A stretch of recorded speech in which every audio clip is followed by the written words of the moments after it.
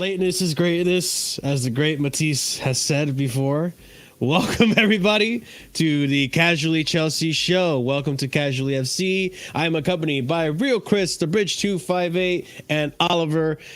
We're going to be talking about a whole bunch of shit that has happened in the past week. I think the last time we did the show was somewhere around before the Tottenham game. So we're going to do some catch up. We're going to do some discussing about multiple things that popped up today even, and we got a lot to talk about. So before we start, as usual, guys, you already know what to do. Smash up the like buttons.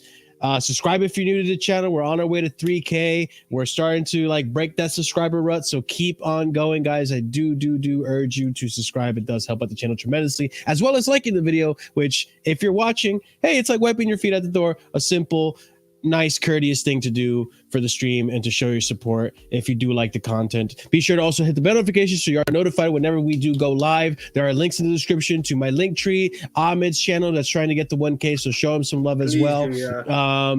Also Twitter, also Discord. Our community is growing. We have probably one of the best Twitter communities in the Chelsea community, so keep that standard high, just like Chelsea are trying to keep the standard high, and join that Discord and be a part of our community. Also, check out the links. I said that already. Check out the links in the description, like I said.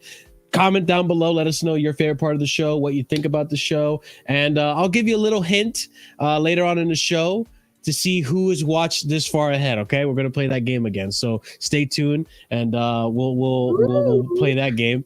All right. And lastly, if you haven't done so already, if you want to help out the channel in a big, tremendous way, you can send super chats. That's one way to help.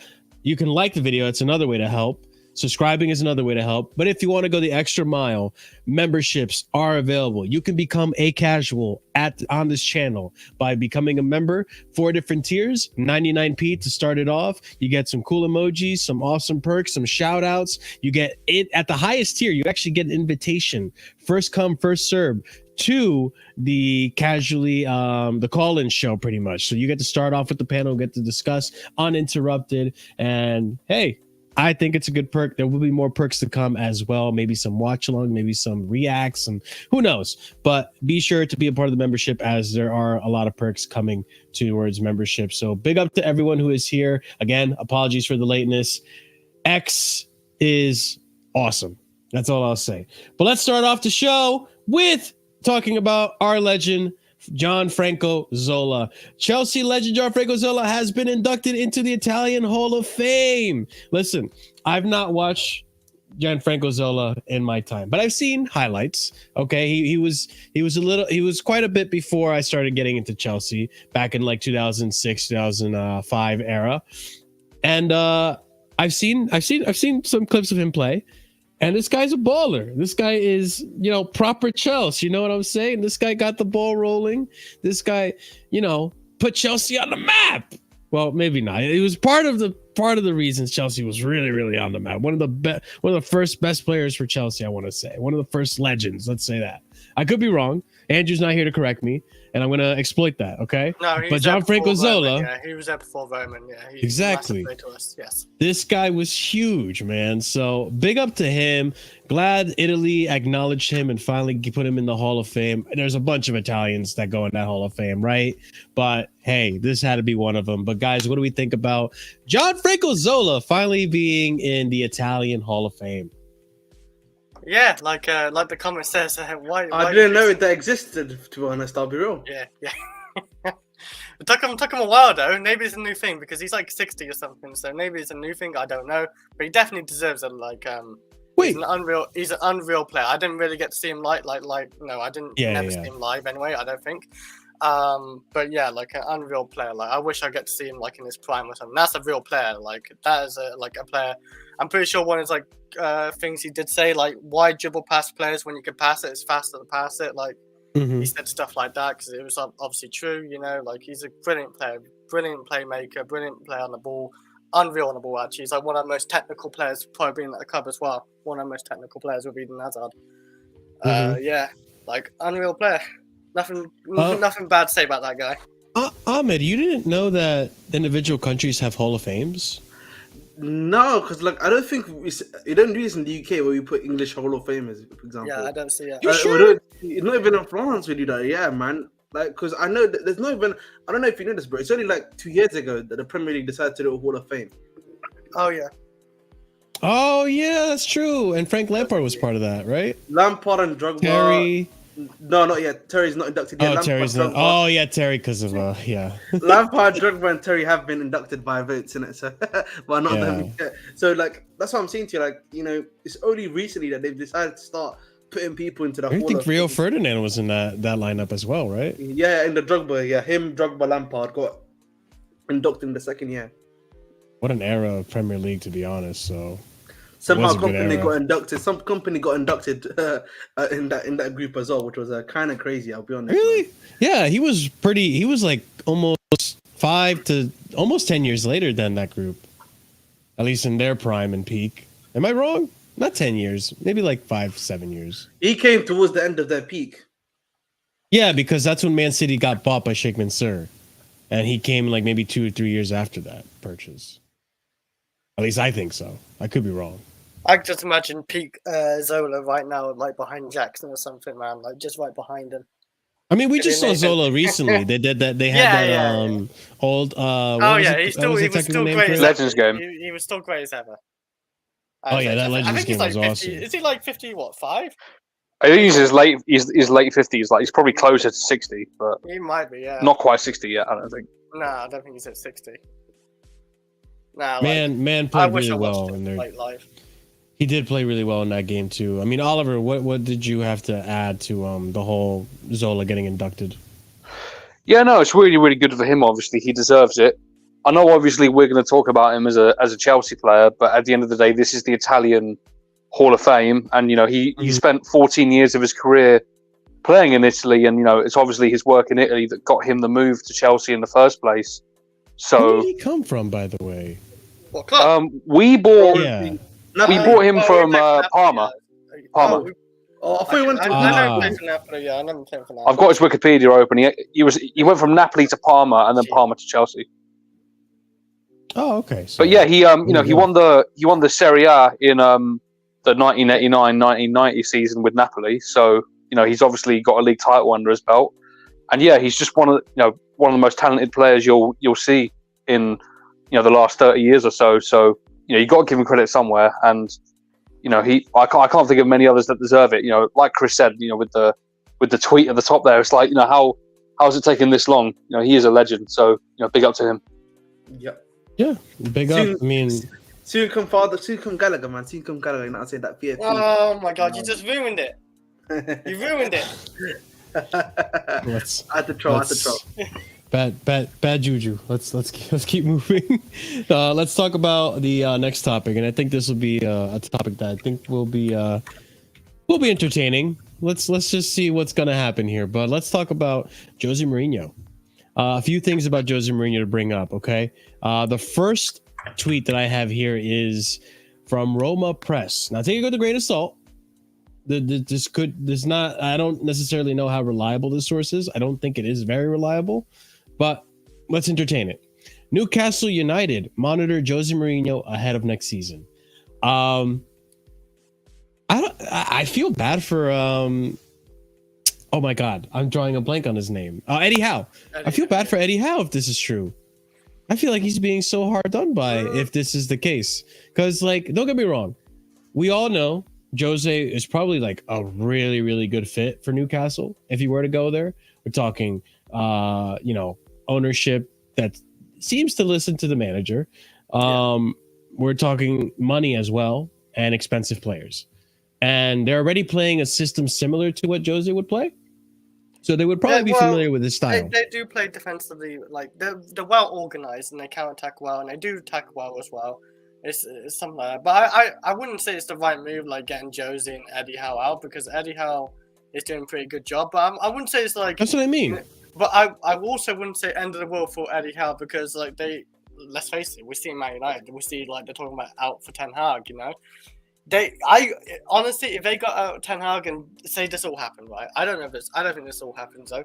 And Jose went to Newcastle and obviously Eddie Howe was out. they will go for Eddie Howe. I guarantee you, Man United will go for Eddie Howe. If they they let go of Ten Hag next season. And Why would Eddie Howe go to Man United though? because he's a very good manager, and Man United's a very, very big club. Like I think. It's a poison chalice, Man United. You know, I don't see him being that stupid to walk into that kind of environment. Money talks and because the thing is, what makes Newcastle so good for Eddie Howe is the fact that they are well run and that they're a good project and they are well run. Like I've seen it made the point many times. You know, the fact that they've got Dan Burn and Kieran Trippier at fullback, who they're in their 30s now, and they're bringing through like Livramento, who they bought from Southampton this summer, and he's looking like he can maybe fill in that right back role in the future. So they're really trying to, the club's trying to revamp the squad in that way, and keep it going. Two really good midfielders, Bruno Guimaraes and what's his name, Tonali, the one who's off for a few months. I just don't see the logic for Eddie Howe. The logic of him going to such an unstable thing like Man United. No, I'm just saying. I can say if this all happened. Say Jose actually did go for Newcastle and end the season or something, then United look at Eddie Howe. I'd rather Eddie Howe right now over Ten Hag for sure. I wouldn't want him at Chelsea because I'm done with English managers. Sorry, I'm sorry, Eddie Howe, you're English, but I don't want you at Chelsea. Even say Poch goes, no, it's gonna end disaster for us somehow.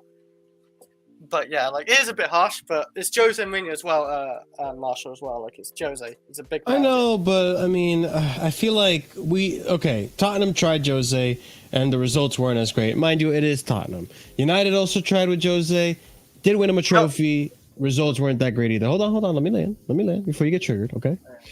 And when it comes to now with Newcastle, I feel like Eddie Howe has put in such a great amount of work at Newcastle that it would be almost disrespectful to say hey, we're gonna get Jose, even though you've done nothing wrong. You managed us from the bottom of the table to it was a point where I was predicting that they would get relegated to all the way to top 4 Champions League, and now we're competing in Champions League and so on and so forth. So I just feel like it's disrespectful on Eddie Howe, even though it is Jose. I actually can see why Newcastle won it because Jose is a serial winner. He's even won a trophy with Roma, right? If I'm correct. He almost won Europa League. Oh, wow. What a Conference League. The Conference League. He lost Conference League, I'm pretty sure. He didn't win that. He did win Conference League. He lost Europa. Yeah, and by the way, their performance in that final was dreadful. In that Europa League final, they were dreadful. He should have won it. They should have had that penalty as well. But they were still dreadful.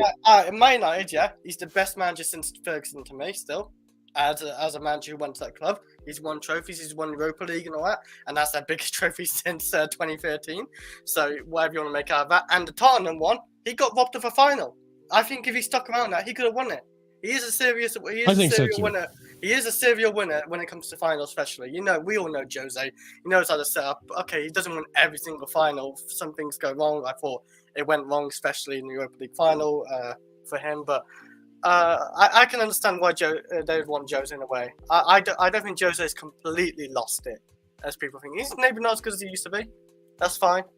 But yeah, I can understand that.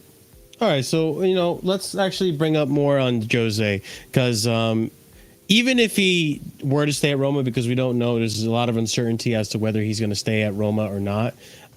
There's a lot of rumors saying that he's going to leave at the end of the season. I think so, right? They're not saying they're going to sack him. I think they said he's going to leave at the end of the season. His contract's up, isn't it? Yeah, I think his contract is up, which is the situation there.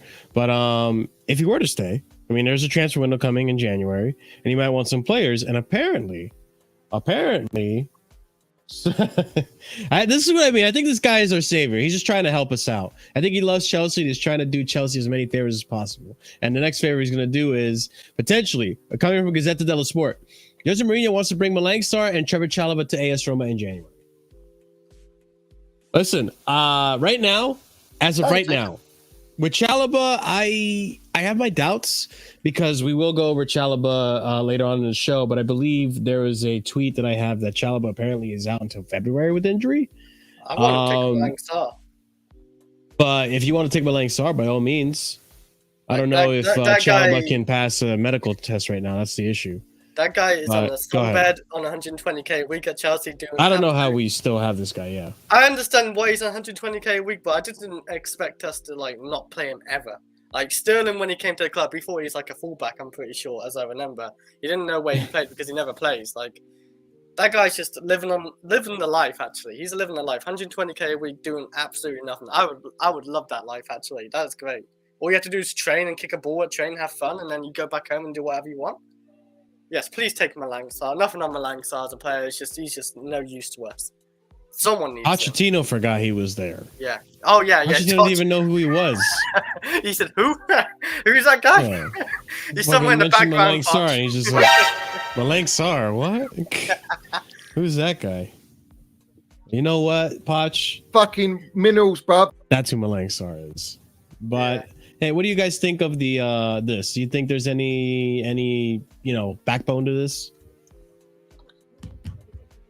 I don't think so. Me personally, I mean, I look at some of the other players they've got. You know, they've got Mancini, they've got Smalling. I just don't see how Malang Sarr adds anything to their team. So, from a logical point of view, it doesn't make any sense. And I wouldn't. I'd say no, this isn't happening. But stranger things have happened in the world of football. So, who's to say it doesn't happen? I guess. So let's just wait and see. Yeah, I guess we will wait and see. Ahmed, do you want anything? Do you want to add anything to this if you're there? I don't know if you're there.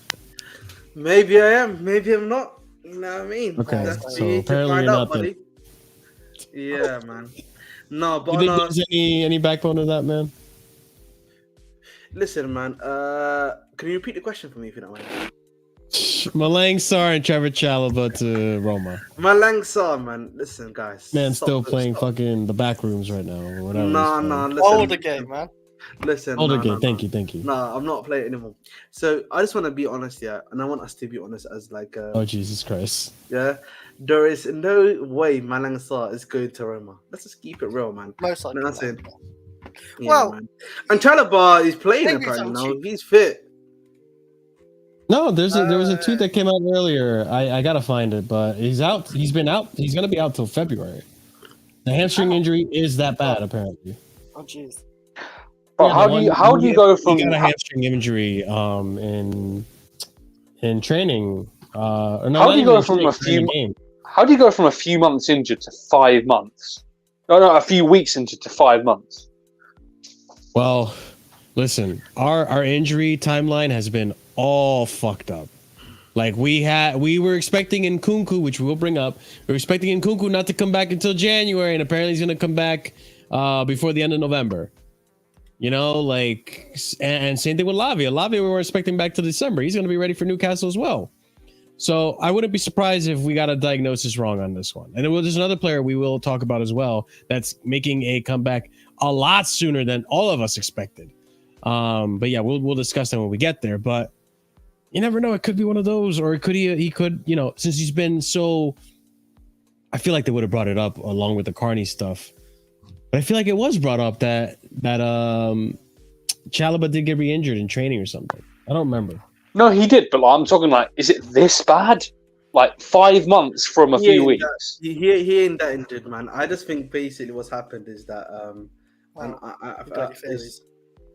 no, I just think they just don't want to play him anymore. So what are Why they would doing? we say he's injured then? Is that just a? What, No. I don't know. The reason why we're saying he's injured is because we just need a valid reason to not play him. That's all it is. I don't know. I feel like we would have done that for a lot more players. We would have heard about it happening a lot more often. It just seems. Why would they lie about that?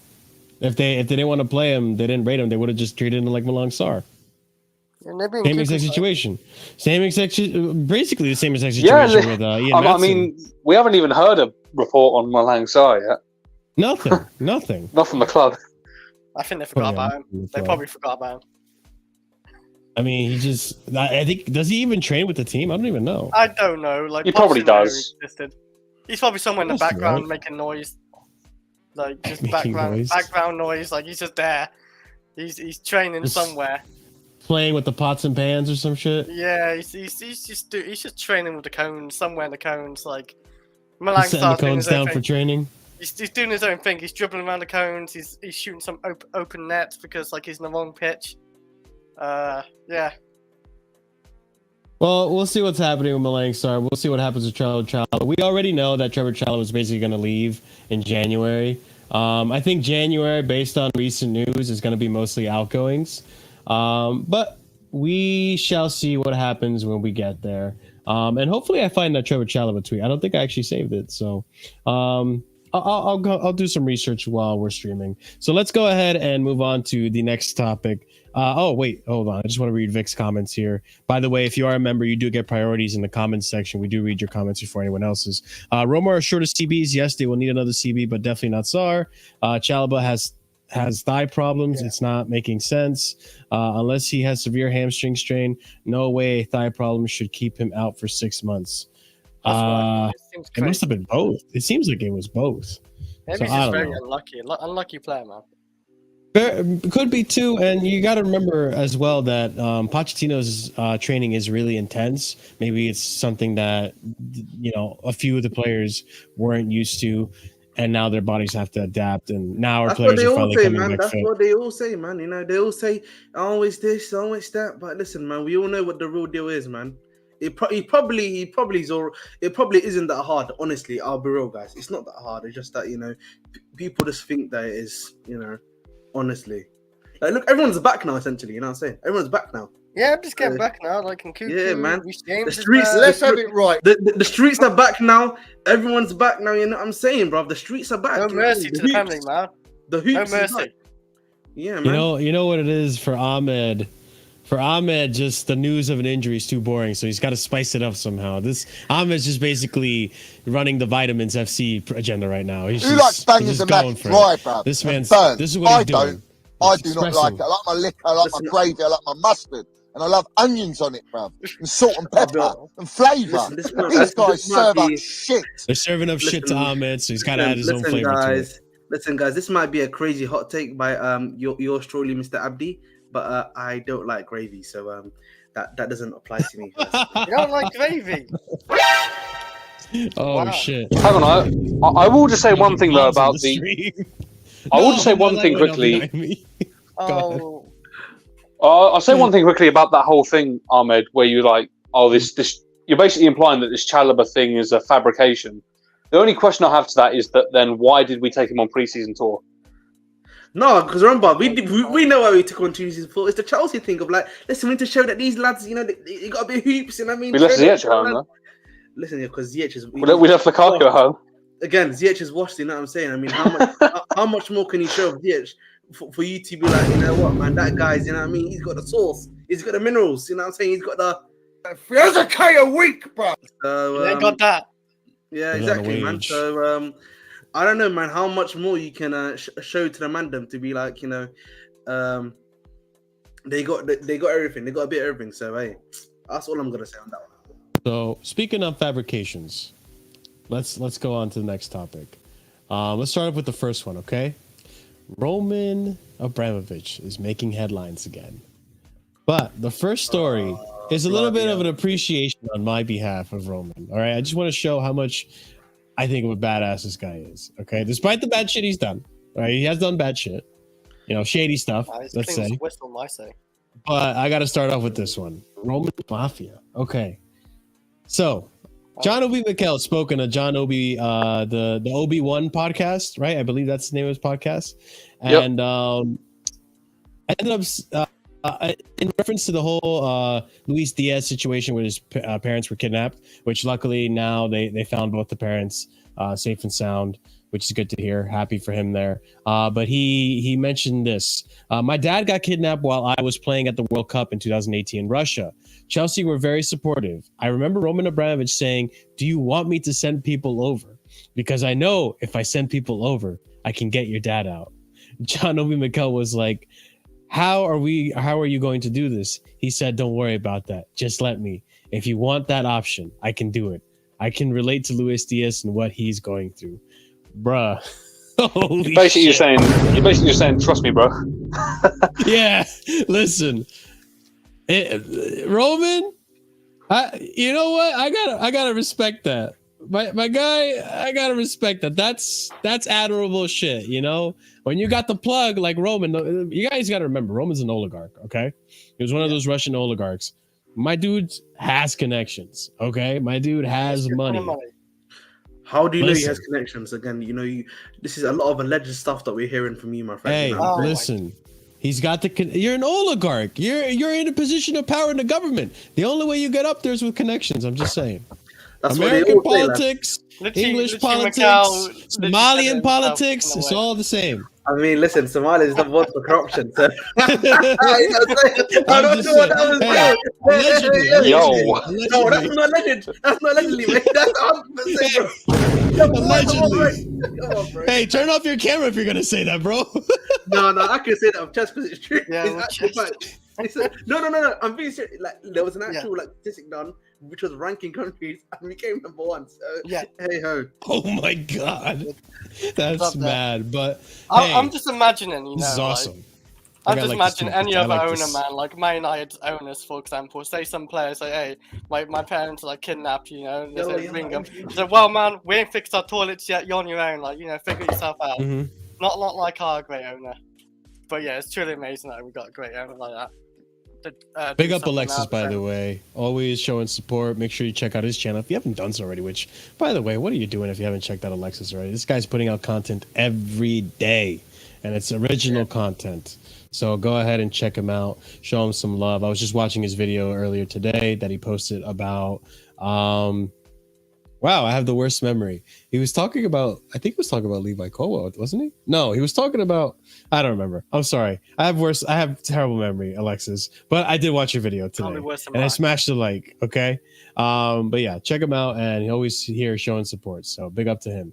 What were you saying, Chris? I'm sorry, I didn't mean to interrupt. Nah, like, I just made a stupid little joke anyway, but like, it's actually amazing to have an owner like Roman. Like, he truly cared about the players, he truly cared about the club, like, shit like that. Like, it's just very important to have. Like, he just like helps. Like, I think he just help any Chelsea player in that situation because he can. And don't worry about like what's gonna happen. I don't care what happened to the kidnappers. Whatever happened to him, whatever happened. I don't know what happened to him, but like, I don't care because they're kidnappers. So yeah. I'm glad Mikel got his family back, and Diaz got his family back too, right? Yeah. His dad got recovered. Yeah. So that's fortunately. I don't know, like I don't know how they got their parents. Must have paid them off, maybe. You know, that's all kidnappers really want is just money. That's all. Yeah. It's just scummy people, but yeah, it's just way of life. Unfortunately. Yeah. Yeah, and it's just part of the really shitty side of the world. Negatives of humanity, being negative sides of humanity, but also negative side of being like as famous as Luis Diaz. You know what I'm saying? Yeah, when they know you have money, they do shitty things to you. Yeah, it's a shit. Yeah, I'm sure Ronaldo's had shit done to him, Messi, and the list can go on. Like, we just had Aubameyang, who joined last season. He got robbed. Reece James got robbed. Tim Maria people do really shitty. Yeah, people do really shitty things to these professionals. His family was like upheld with like weapons or something, like people, and he had to run off the pitch, and they were safe, thankfully. But yeah, it's just it's a shit thing, man. What the footballers do go through because they have money, and people just see it as a target, sadly. Guys, anything you want to add on the Roman Mafia? I just want to make light of the time frame a little bit because, Marshall, I don't know how aware you are of this, but I think at this time, this is in the 2018 World Cup. So Mikel had been gone from the club for at most 2 years at that point, so he wasn't even a Chelsea player. So he wasn't even a Chelsea player. Wow. No, but that's just like Roman, admiring him as like kind of almost like a friend, but like. They would definitely be close in an aspect because the story with John Obi Mikel joining Chelsea, the fact that he snubbed Sir Alex Ferguson to join us. So Roman must have been really fortunate for that, in his own mind, and just been thankful for that. So those two obviously have some sort of connection over that, and I mean I don't think it says anywhere in that article if John Obi Mikel actually took up Roman's offer there, but. Hey, listen, it should be all good now. Did his parents get recovered? I'm pretty sure they did. Okay, well, hopefully they did. And, I have nothing else to say. But yeah, I think we're all happy for Luis Diaz being able to recover his family. But I did want to bring up that good part of Roman, because now we have to talk about a few bad things about Roman that have come up. Nothing bad about that. As of the last Casually FC show, we brought this up and we're hoping nothing would come of it, but now there's a little bit more heat in relation to this. So let's talk about Roman's shady business, which most of these billionaires, oligarchs, people of power in politics and all that shit, there's always going to be shady business. But the Premier League, they just they love Chelsea, so they're gonna make a big deal about it. So let's discuss. Exclusive. Former Chelsea owner Roman Abramovich used offshore vehicles to fund tens of millions in football-related expenses that ought to have been paid for by the club. Leaked files suggest. Leaked files. I want people to pay attention to that, okay? Experts say Chelsea could face points deduction. Then, on the next tweet, we have Chelsea face fresh questions over how Roman Abramovich funded club success after leaked files revealed a string of secret payments that may have breached strict football rules, including those on financial fair play. Beneficiaries appear to include the agent of Eden Hazard, an associate of manager Antonio Conte, and Chelsea officials. Other payments appear to have been connected to the purchase of Willian and Samuel Eto'o, which was the original investigation that was prompted last time we spoke about this. Going on, this is more detail about the beneficiaries. They appear to include the agent of Eden Hazard, an associate of Antonio Conte, Chelsea FC officials, and also the Willian Eto'o thing. Chelsea faced fresh questions over how Abramovich funded the club after leaked files revealing secret payments and breach rules. The FA confirmed they are investigating, and sanctions, including a points deduction, could happen. Moving on. Files also suggest that Abramovich secretly bankrolled efforts to overturn the FFP rules through the courts, ultimately unsuccessfully. Then Hazard's agent reportedly wanted a sizable commission worth about £6 million. In March 2013, a company owned by Roman Abramovich agreed to pay €7 million to a Dubai-based company related to sport, uncleared if declared to FA. Experts said the transactions uncovered through a joint investigation by The Guardian and international partners could lead to Premier League imposing punishments on Chelsea, such as deduction of points. And then these allegations predate the club. Oh, this is a Chelsea statement. So current owners made a statement. These allegations predate the club's current ownership. They are based on documents which the club has not been shown and do not relate to any individual who is presently at the club, according to the Telegraph. Many of the documents, known as Cyprus Confidential, have records of transactions which the current club ownerships have no knowledge of currently. Naturally, there are concerns that more might emerge. So, that being said, now I'm a little bit concerned. Someone within the club is leaking information. And there's a rat. There's a rat among us that is leaking information that could potentially really, really hurt Chelsea's season and chances of making top four. Because if we're going to go based off of what happened to Everton, if Everton get deducted 12 points, there's a good chance Chelsea will get deducted 12 points. If Chelsea get deducted 12 points, that brings us down to 19th place. We're going to be in a relegation battle because of whatever documents were leaked by whoever this Chelsea employer or Chelsea insider has done. So yeah, this is a really shitty scenario. I hope we don't hear any more about it. We'll see what happens. I also feel like if we're going to get deducted points for shady business, I feel like a similar investigation needs to go to every club, including the Glazers, Kroenkes, and Sheikh Mansour. I think it's only fair. Throw in Daniel Levy in that too. So I don't know what you guys. He's probably clean. He's too stingy. I don't know who the snitch is, man. Like, who's that snitch? I don't know. Like, we need to get that rat out of the club or something. I have no idea. I doubt it's any of the players. Like, I doubt they have information like that. It's someone behind the scenes or something. I thought Todd Bowley would leaked it themselves though. That's why I don't understand. Like, I thought it's Todd Bowley who leaked the information where we did some wrong. Well, Apparently, that in was this case, the it can't be. initial. Yeah, the initial report was that Chelsea came out and presented this information to them, and Oliver had mentioned like maybe this is a way for them to avoid a harsh penalty, which I mean maybe, but I feel like with the Premier League and our track record, they're probably going to give us a harsh penalty regardless. The way I'm interpreting this is that obviously we had the incomplete financial reports and we had the Willian and Samuel Eto'o transfers. Those were self-reported, but everything else on this report seems to be a leak. So we have not come forward with this because, as the report says, the ownership aren't even aware of this. Yeah, I mean, the way I see it, and it seems to me, at least my interpretation of this, is that whatever this Cyprus Confidential, this had all the leaks, including the Samuel Eto'o and Willian transfer, shady business. So it may have come off as they presented it and came out with the information, but the reality seems to be that the information was leaked by someone within the club, and now it's putting us in a bit of a shitter, unfortunately. Listen, I'm hoping it's not that bad in points though, like maybe 5 or 6, like half the points is 12. I'm just hoping because like if we do get like 12 minus points, like we're down to 19th, we're not getting top 5. What did Everton do?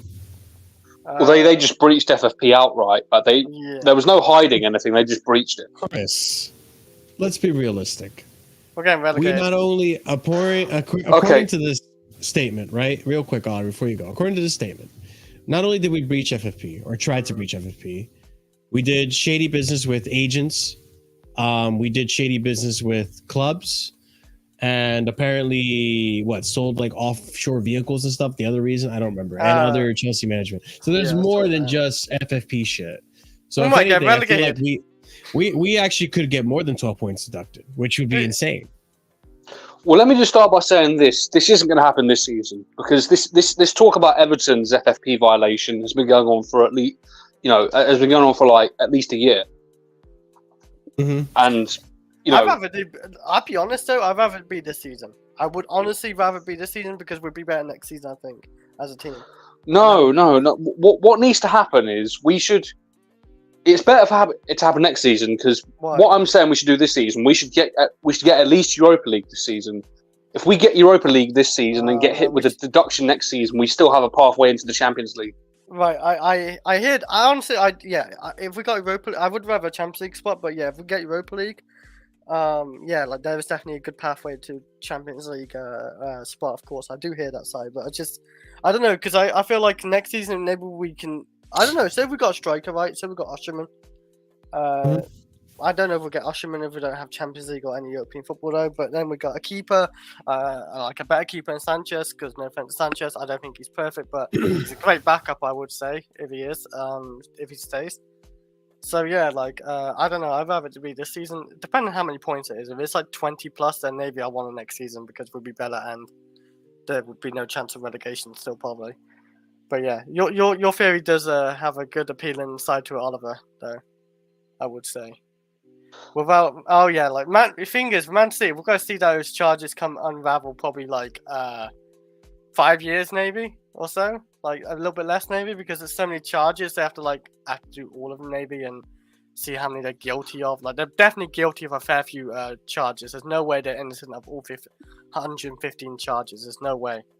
I wanted to talk about this, by the way, this whole idea about, is it fair?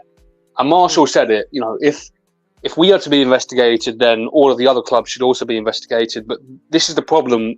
The laws of the game don't allow that because a club does not have to voluntarily give up information and evidence to back up any kind of investigation.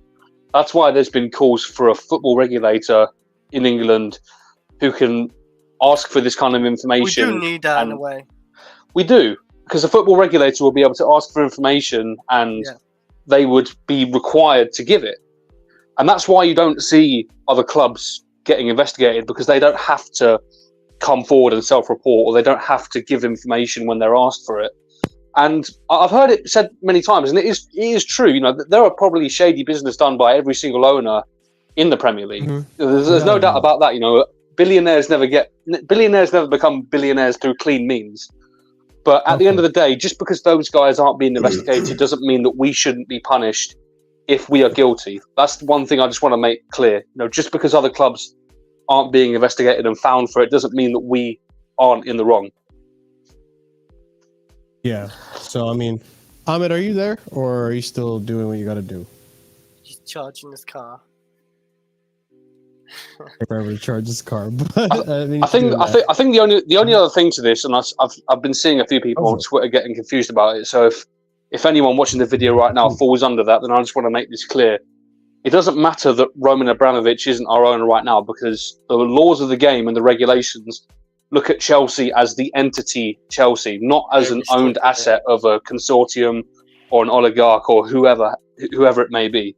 They only look at Chelsea. That thing as well. So yeah, like you said, we still benefited from like what happened then. Well, we definitely benefited. I mean, you look at the involvement of Hazard's agent. If we made offshore payments to circumvent FFP that allowed us to get Hazard into the club, then that's the 2014-15 Premier League title, and that's the 2016-17 Premier League title, both asterisks next to their name, because we cheated to win those titles. Technically, our key player was bought thanks to FFP violation. And then you look at the 2016-17 title again, with Antonio Conte, a representative of his, got paid by one of these offshore vehicles, and again, that taints that title as well. True anyway, because it's not. This is allegedly, by the way, and only if we are guilty, then those titles are tainted. And I see the debate a lot on Twitter that, even if we're found guilty, Roman's legacy isn't tarnished. I'm sorry, but it is.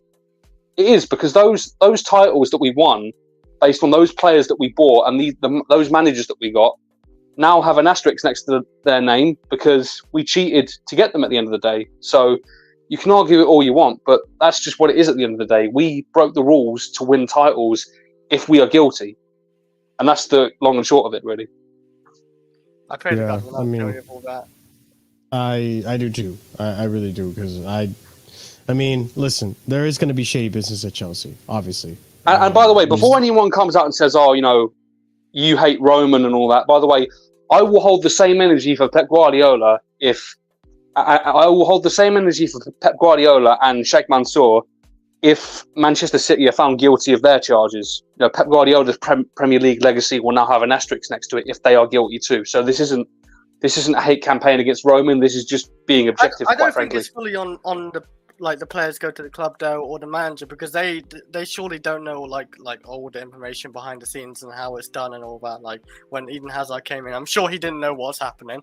Like I find it a bit like no, Chris, I'm not blaming Eden Hazard for this. Hazard has nothing to do with this. This is between his agent and the club, and we've allegedly gone about it in a very poor way that all breaks the rules. Do is just go on the pitch and just play football, and obviously try do the best they can, and obviously win league titles or whatever titles they are. But yes, of course they're the owners. And that's fine. Yeah.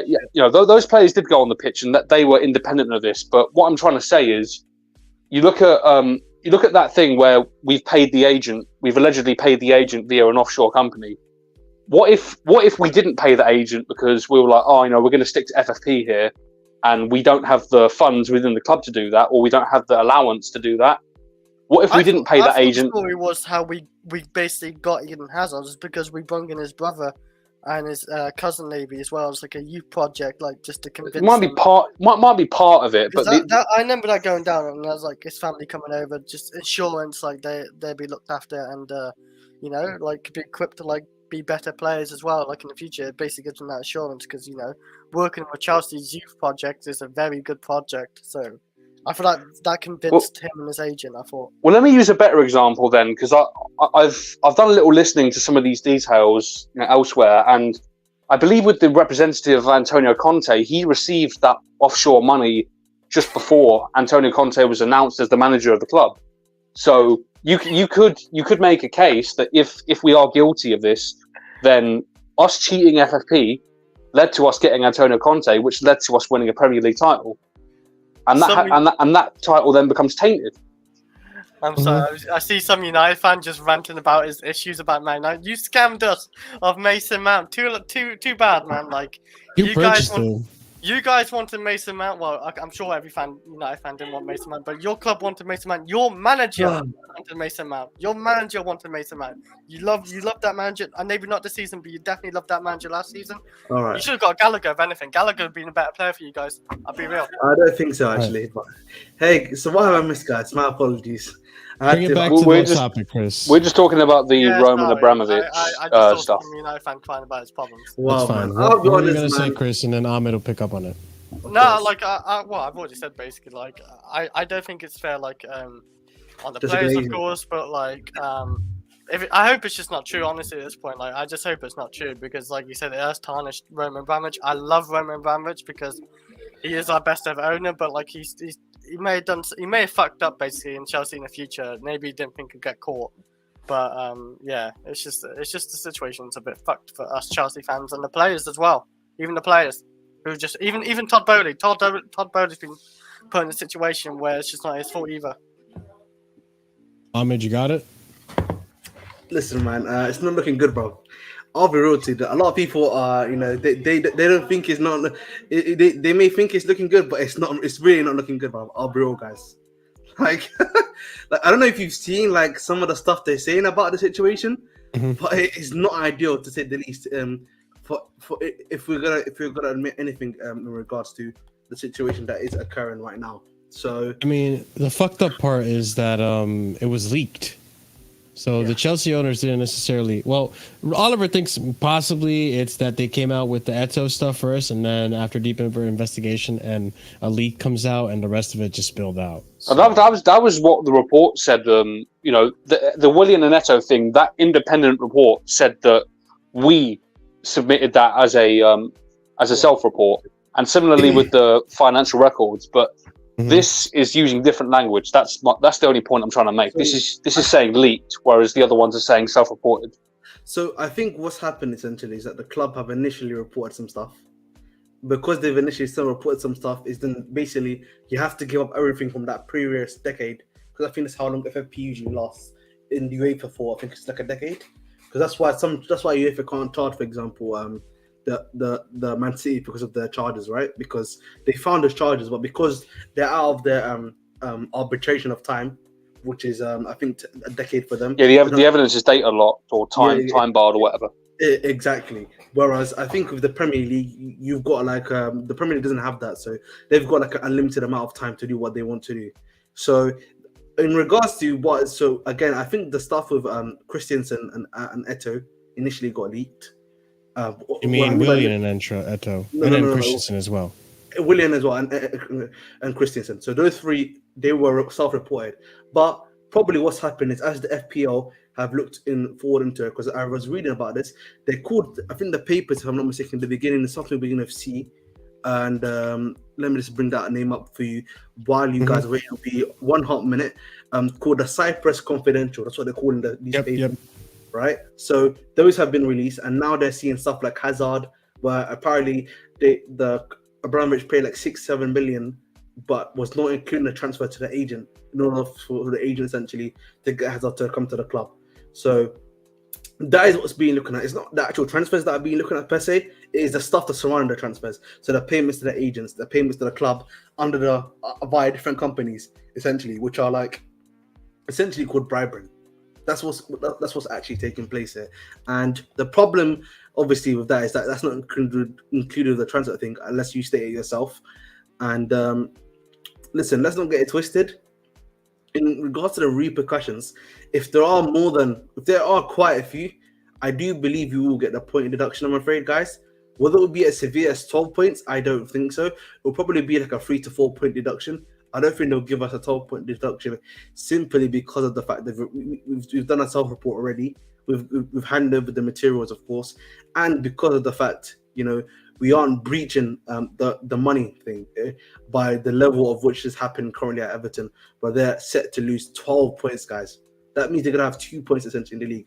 And I also think for me, when it comes down to it, we're probably gonna have to make sure that the season if that season that happens, you might need to be in Europa League football such that we can get that easy into the Champions League. Just in that's case what I said. Yeah, Oliver did Exactly. mention that. Yeah, it does So, make sense. Yeah, so it is what it is at the end of the day. But one thing I will say is that, man, listen, say what you will about Roman. Obviously, there's been a lot of good stuff that he's done, but this is also the other stuff that that doesn't help you in the long term, if that makes sense. Because we're yet to see what's going to happen to Man City, but we're seeing Man City's now reaching their what we like to call the peak of their thing. They now got this 115 charge. When these things happen and when that stuff happens. You know what I mean?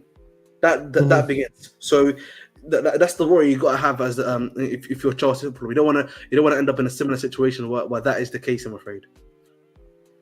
Yeah. So I mean, obviously, we're gonna keep a close eye on this.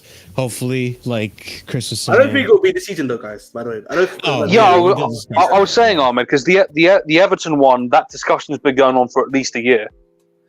We've been hearing about that deduction for a very long time.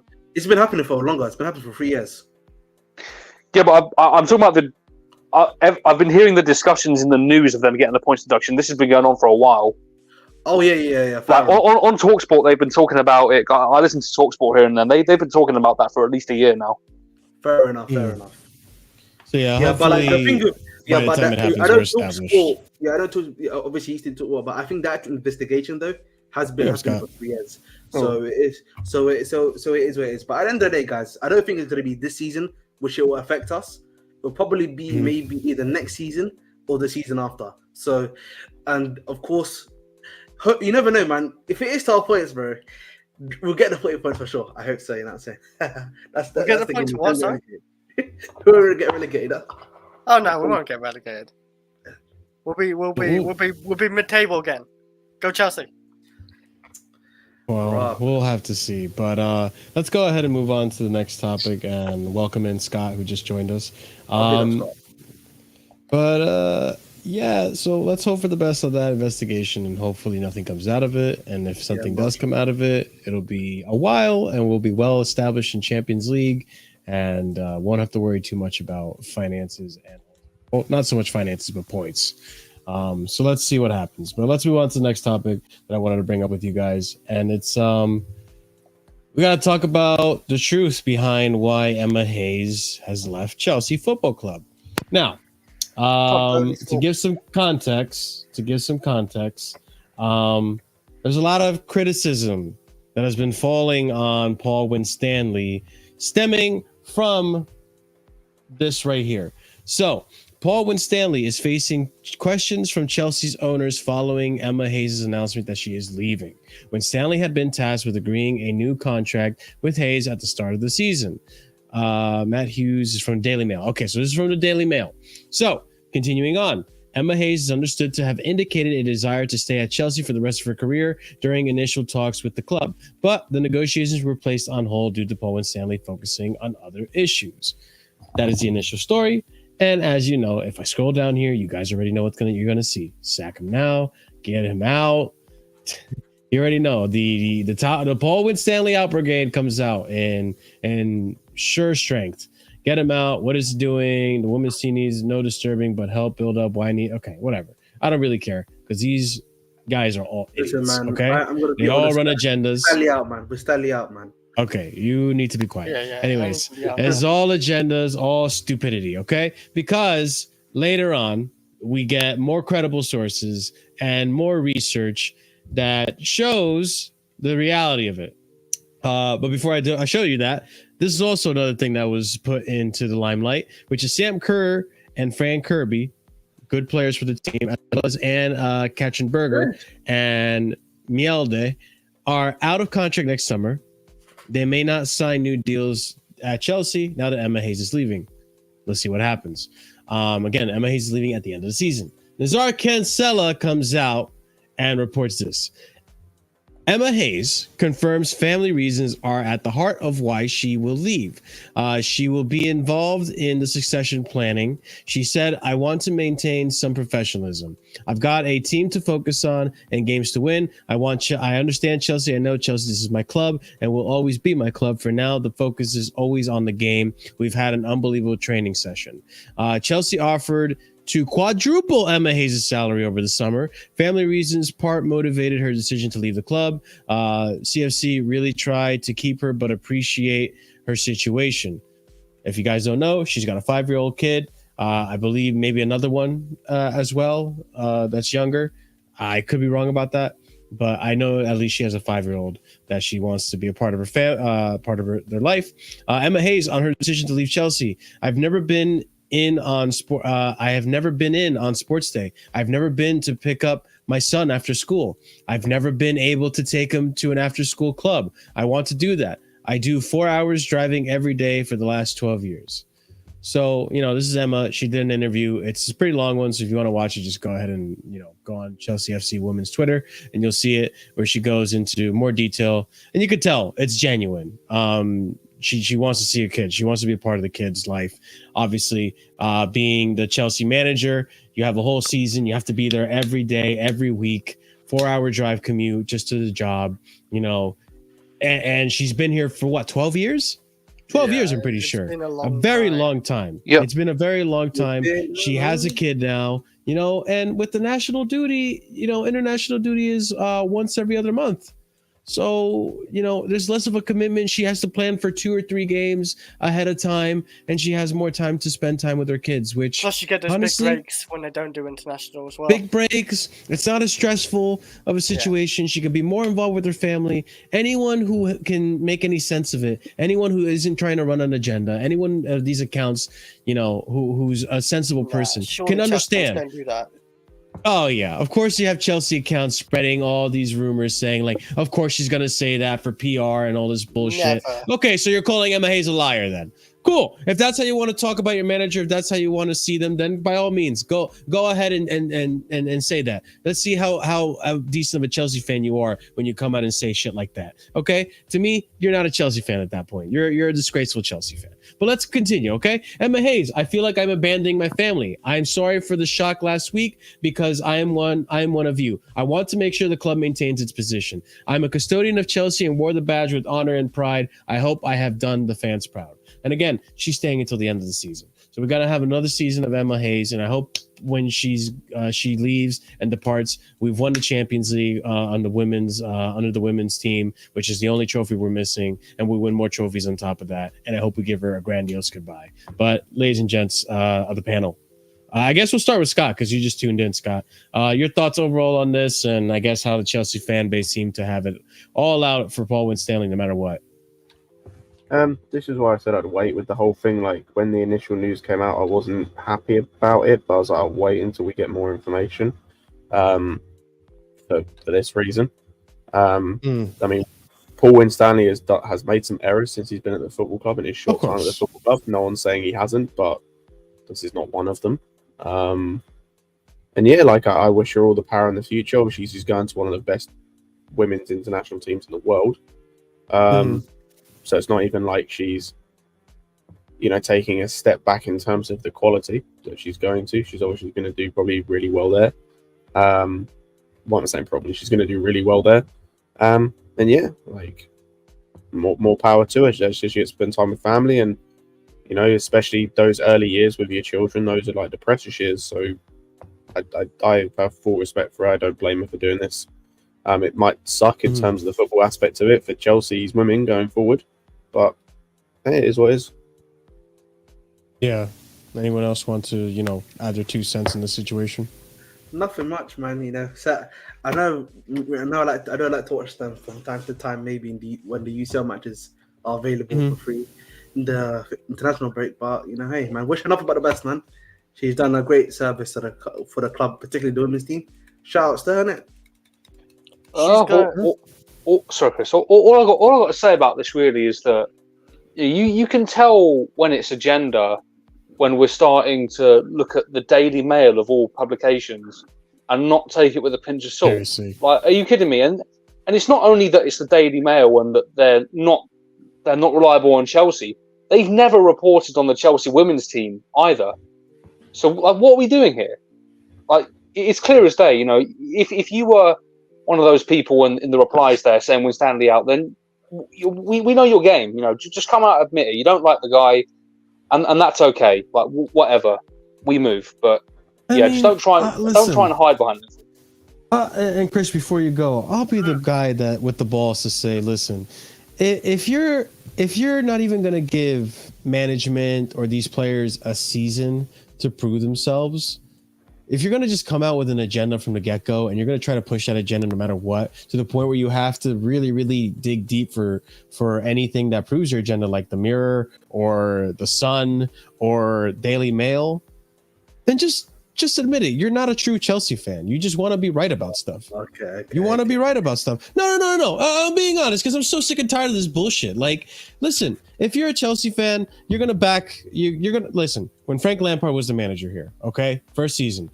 You back him until you can't back him, until there's multiple reasons to say, like, okay, I back the club more than I back this guy. But you give him a chance. You give him a season. Got to stop for it. Try to give him as much time as possible. In the second season, got sacked in January, but it was expected. We all knew it. We all saw it.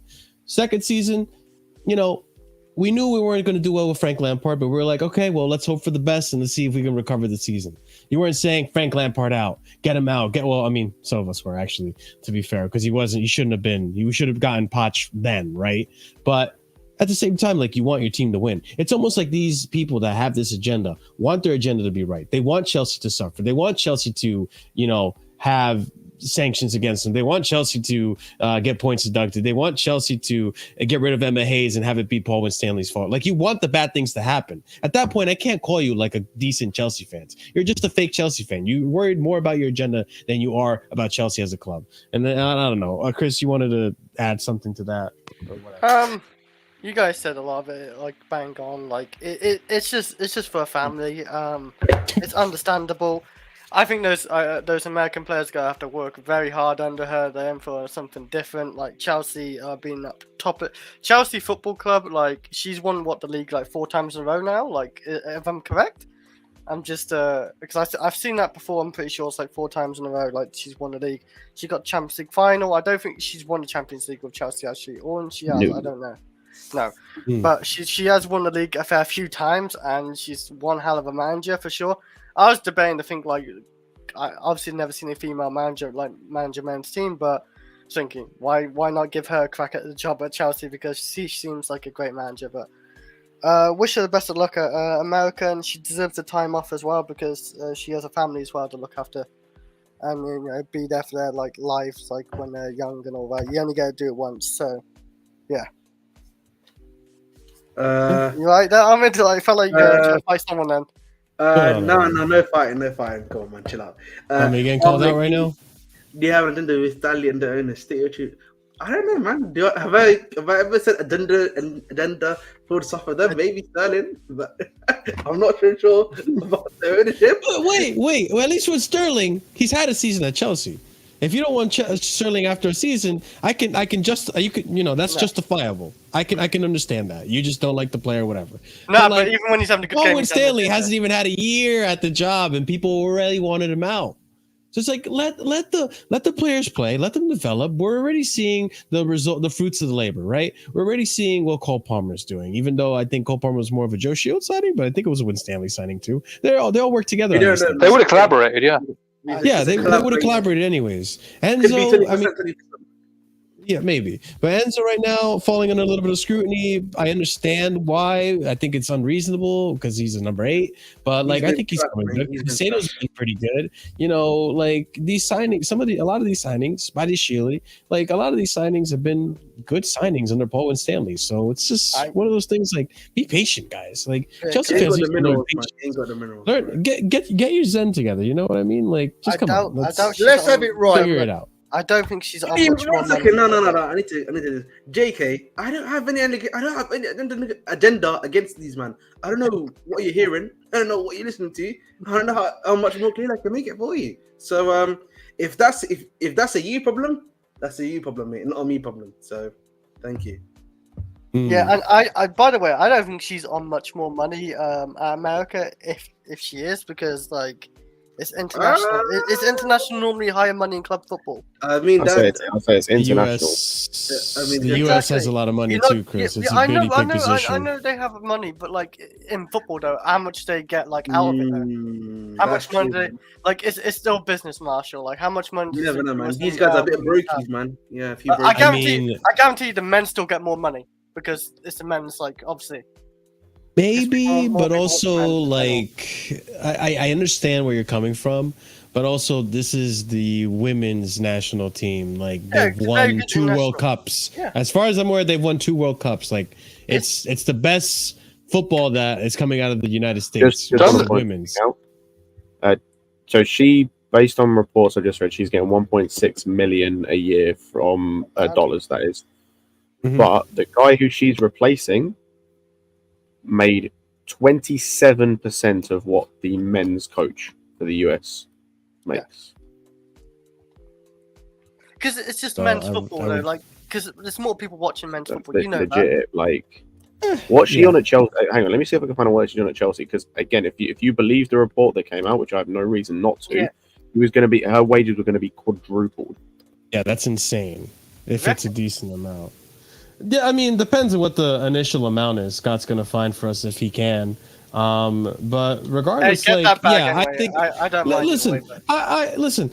I'm saying, yeah, get the bag, right? I'm not. I don't have an issue with Emma Hayes leaving to get more money. At the end of the day, these people are human. They have families. And listen, I mean, not to say you can't live off of whatever you're living off now. I'm sure she gets paid a good amount.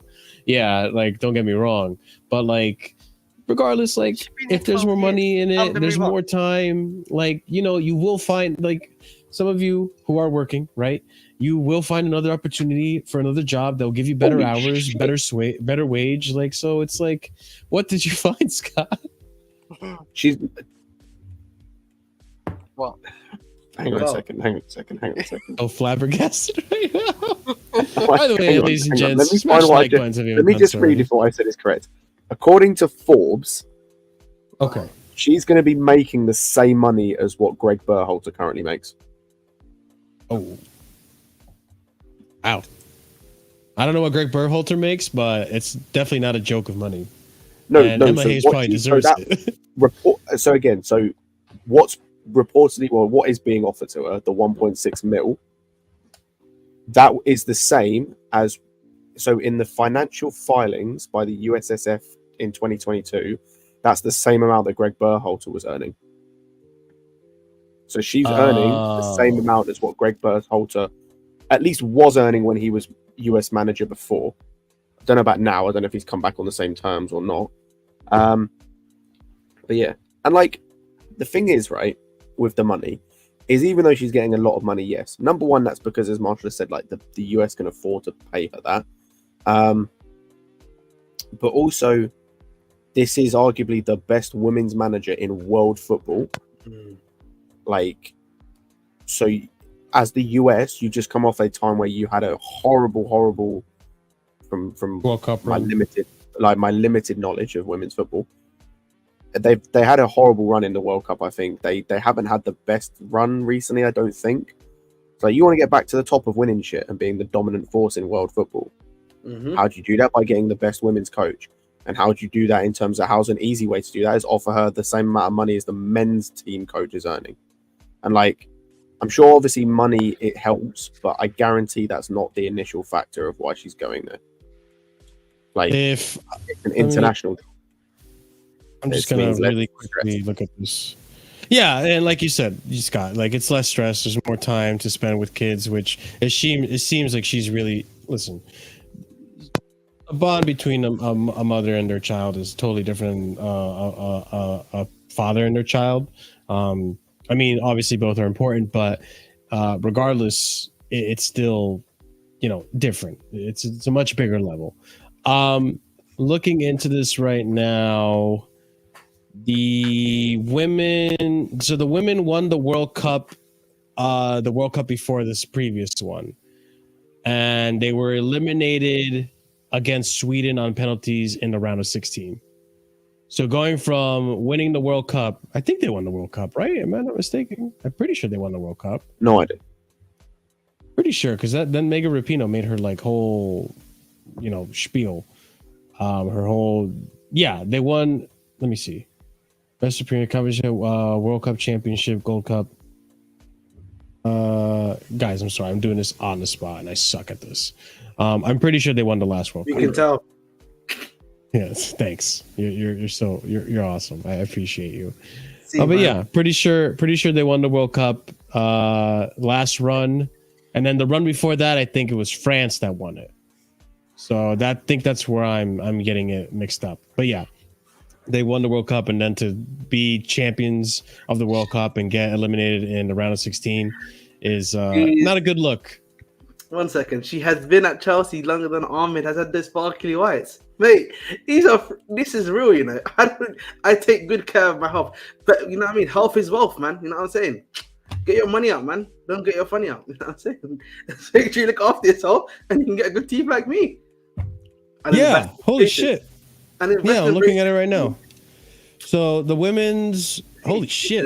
The U.S. women's won the World Cup 4 times and had won it twice in a row in 2015 and 2019. So dominant, bro. Do you not know? And then get eliminated. Well, yeah, I know. They've always been like dominant because you look at, since 1991, they won it in 1991, 3rd place in 95, won it again in 99, 3rd place in 03, 3rd place in 07, 2nd place in 2011, and then champions in 15-19. And then to get eliminated, this is the worst result for the women's U.S. Women's national team was getting eliminated round 16. So yeah, no wonder they're gonna pay Emma Hayes what they're gonna pay Berhalter for what he's making at the men's job. So it makes sense. It makes sense that they're gonna want Emma Hayes to be the manager, and I hope she can sort the team out and get them to glory again, because this team was dominating international level. So let's see what happens. But again, it goes to show that people are going to run agendas. People are going to talk shit about Win Stanley. And now they're made to look like they're clowns because they got pie in their face and they ended up being wrong about this. And people, regardless of what comes out, are still going to think what they believe. Go ahead, Ahmed. There's some breaking news here, but talk to me. So, but our former Chelsea target, Eduardo Camavinga, apparently he's had quite a bad knee injury, apparently, from the scans. So it's not looking good for the guy. I just wanted to report that quickly for everyone. Thank you, man. I appreciate it. Another one to the knee injury season. Seems like this is the season for knee injuries. So, Vic is right as well about this. I think the US has equal pay when it comes to sports. For men, fair play to them. Yeah. Fair play, yeah. I don't know how much they get in the FA. I don't know about the FA. So. I mean, listen, managers don't get paid that much as it is. I don't think. Bro, international managers, if you go to a decent one like Portugal, France, England, you probably get paid a good amount of money, I would say. But I don't know, more than 10 million. Level. I wouldn't say on a manager level. Yeah, at a manager level. But you still get a top manager. When I say manager, I mean a top echelon manager, in the top 4. You probably don't get like that, but you probably get paid a mid-table manager wage usually. I mean, how much do you think Didier Deschamps makes? Guy won a World Cup. Makes somewhere around about 5 to 6 million euros, I'd say. Yeah, so I mean, I don't think managers ever exceed 10 million. So I think 1 point something million. What? 10 Say it again? Are we talking? I take we're talking international. Managers. Yeah, international managers. Yeah. Because Sven, even regular managers, even club managers, I don't think they get paid that much either. A lot of money when he was the England manager. Maybe it's just I know. Outside of Pep, I don't think there's many other managers that get paid more than 10. Oh, big up to JK. JK said Southgate gets paid 5 million a year.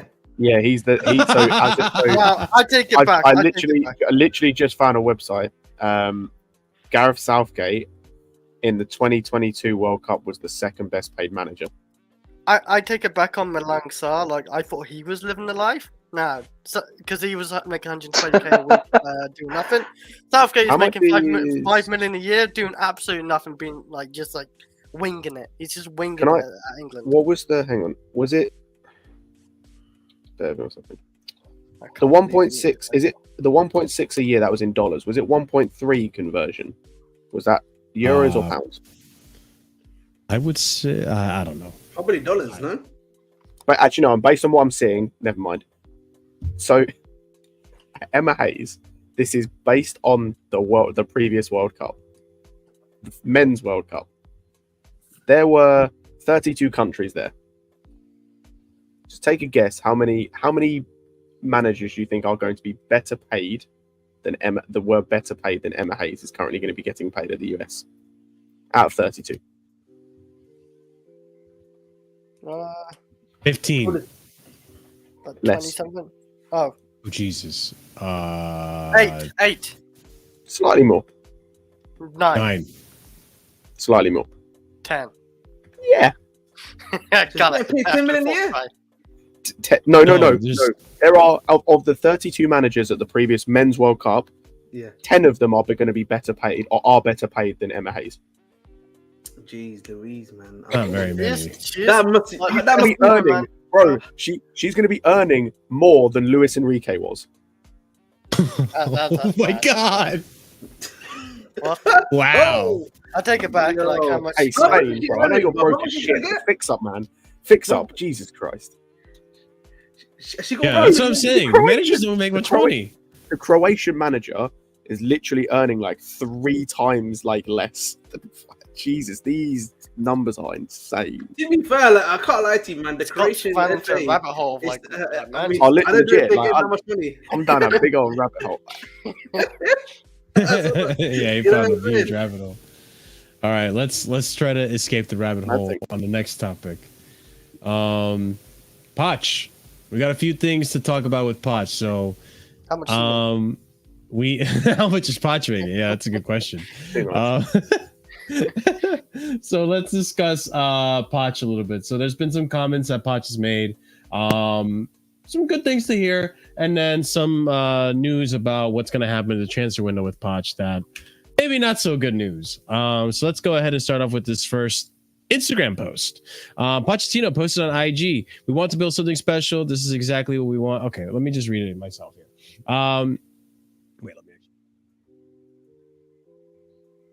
Extremely proud and happy of the players for the attitude and results they have produced in 2 difficult fixtures during this week. This is after the Man City game, by the way, to give context. It is satisfying to go to an international break with this feeling, although I prefer we have another game more sooner. We want to build something special at Chelsea, and this is exactly the way we want the players to perform and feel.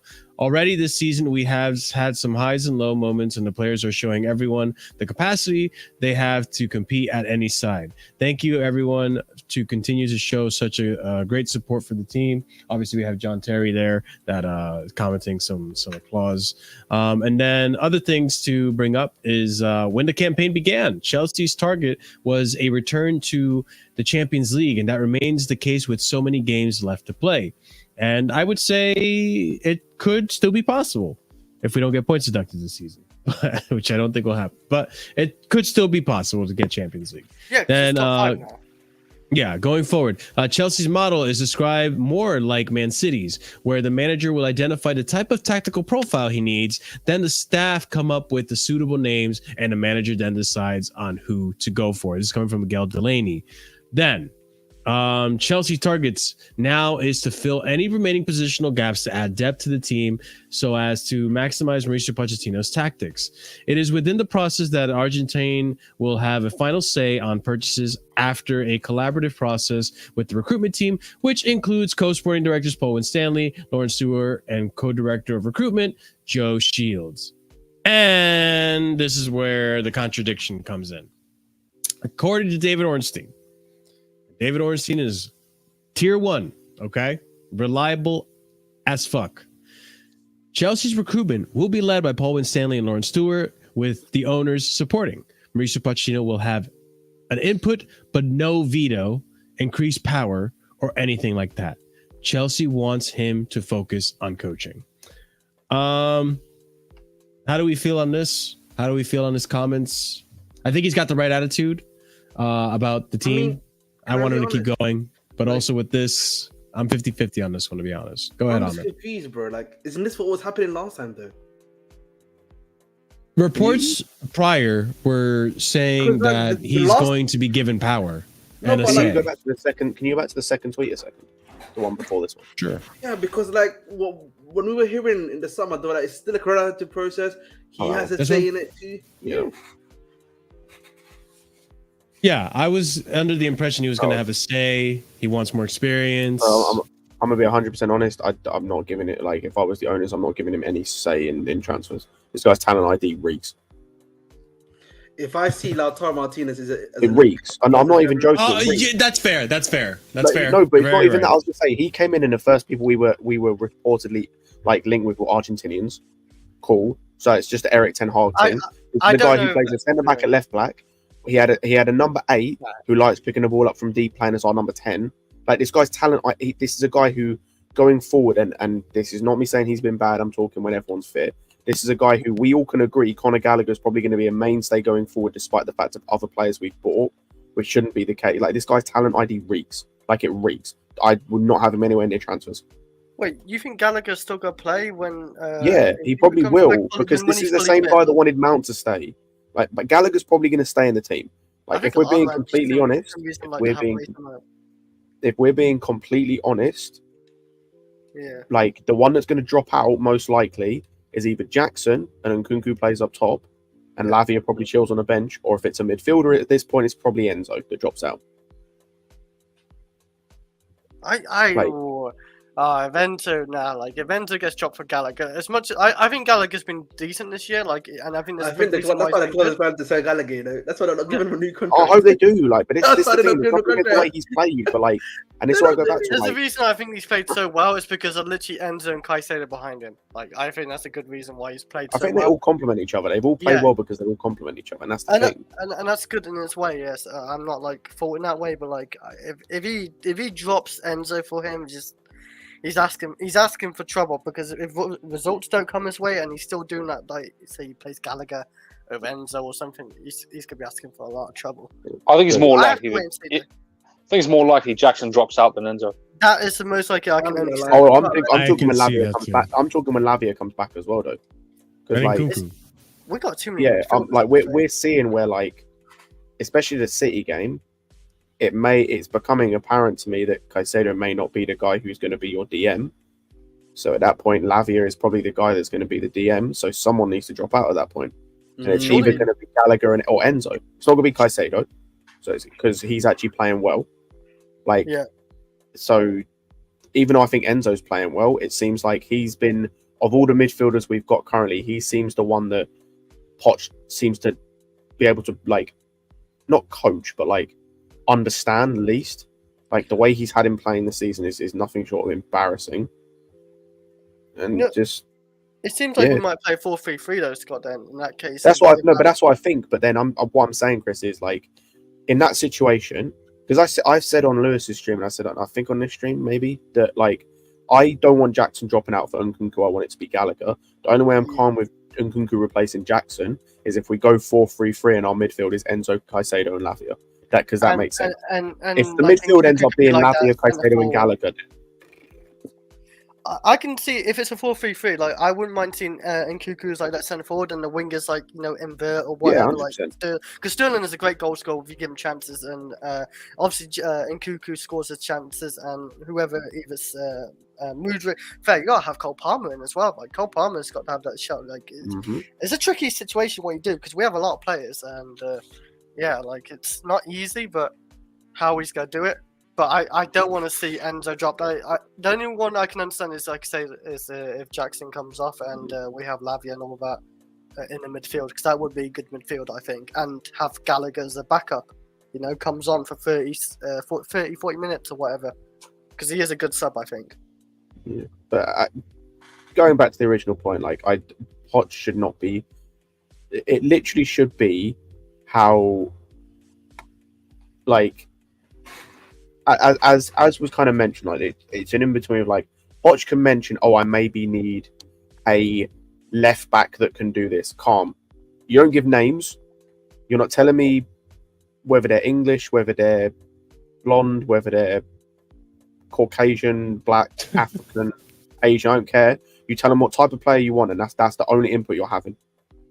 Then it's the scout's job to go and find every player under the sun that links to that and find the best one. Like, the player profile, essentially. Exactly. Like, no, that's the most I think he needs to be having input, because this brother's, like, it's just horrible. Talent ID, just the thought process when it comes to players is absolutely abysmal. Profiling of players is pathetically bad. It's like abysmally bad. Bro, listen, man. I'm gonna repeat this here. If I see Lautaro Martinez, bro, yeah, on the 1st of January or anywhere previously as our number one striker target in January, sack him. I mean, I'll go one further. Like, if I see any other striker come in apart from Tony or Osimhen, like, bro, I'm done. I'm starting to theorize that might be the case. You know, might be my Ahmed hot take here going on, but I genuinely believe, yeah, Osimhen is not coming in. Yeah, they might feel desperate for a striker, and they might hold off on Osimhen until essentially the summer. And there is a striker there. If they do that, fine. Like, but then this. I don't. But it's not gonna be. But it's good. But I don't know who they're gonna bring in. We will discuss. Hold on. It is one of my topics. I Yeah, realize he can go to play for a team at his level. Just alone. We can send him back end of the season. No, absolutely not. As a Bro, you backup. think I will repeat, he's the worst player. He's the worst forward on a technical level. Oh, Vic, if we go in for Ferguson, by the way, brother, if we go in for Ferguson, my brother in Christ, if we go for Ferguson, I swear on everything I hold dear, I'll lose my rag. Whatever. We'll discuss. 150 million pound Ferguson. That's insane. Marshall, I need to talk about Ferguson. I'll wait. We all need to. Bro, I need to talk about Ferguson. But if we go there again, bro, take it from someone who's done this. If this is like going back to your ex for a third time when it's already not worked the first 2 times, you already lost everything. It's like going back again. Take it from someone who's been there, done that, and bought the t-shirt. If we go back there again, sweet baby Jesus. Not alive, man. That's a joke. Little reflection on Scott's life right there. Take it from someone who's been there, done their word t-shirt. That's gonna be a Casually FC t-shirt right there. But let's move on to the next topic. We're on the topic of strikers, right? So let's discuss Dujon Richards. This guy made the news. Oh shit. Okay, well let's see. I think Fabrizio then tweeted. I think Fabrizio tweeted where like he hasn't joined up with the squad yet, but he is eligible to because he turned 18. Oh, that's why. Okay, that makes sense then. Dujon Richard is due at Cobham tomorrow. He will be eligible to play right away. Okay, it makes sense because he's now turning 18. That is coming out. Okay. I hope they're talking about the second team. By the way, the way they put that, he will be eligible to play right away. Like, this man's touching the pitch for the first team. Like, huh? We barely get David Washington to have minutes. That's why I was like, why are we gonna get this guy minutes? Like, what? That doesn't make any sense to me. So yeah, I was gonna say like what you guys thought about this. I don't really think there's much to talk about. I have not seen the guy really play at a professional level, so I don't know what to expect from him. But also, we have David Washington that we're barely getting minutes. Why are we gonna add another striker to the problem? Then we're gonna have what? Three strikers on the bench? He's a striker. Oh, he's a striker. Yes, the striker or a left winger? I think he's a striker. He ain't making. Pretty sure. Yeah, he ain't making. Not yet. He needs a loan. Wow, Chris, you know what I mean? But like, he's just not gonna make. No, it's just not like we're a bit of a like we're 10th. We're fighting for like positions. He ain't getting no minutes at Chelsea. Washington only got pity, not pity minutes. So you just got desperate. No, I don't know what minutes it was because there's no point bringing that guy on. Like he came on for like 10 minutes just to try score a goal or something. This guy ain't getting any minutes in attack. No way. Wow, man. Chris. I didn't know you were this much of a hater, man.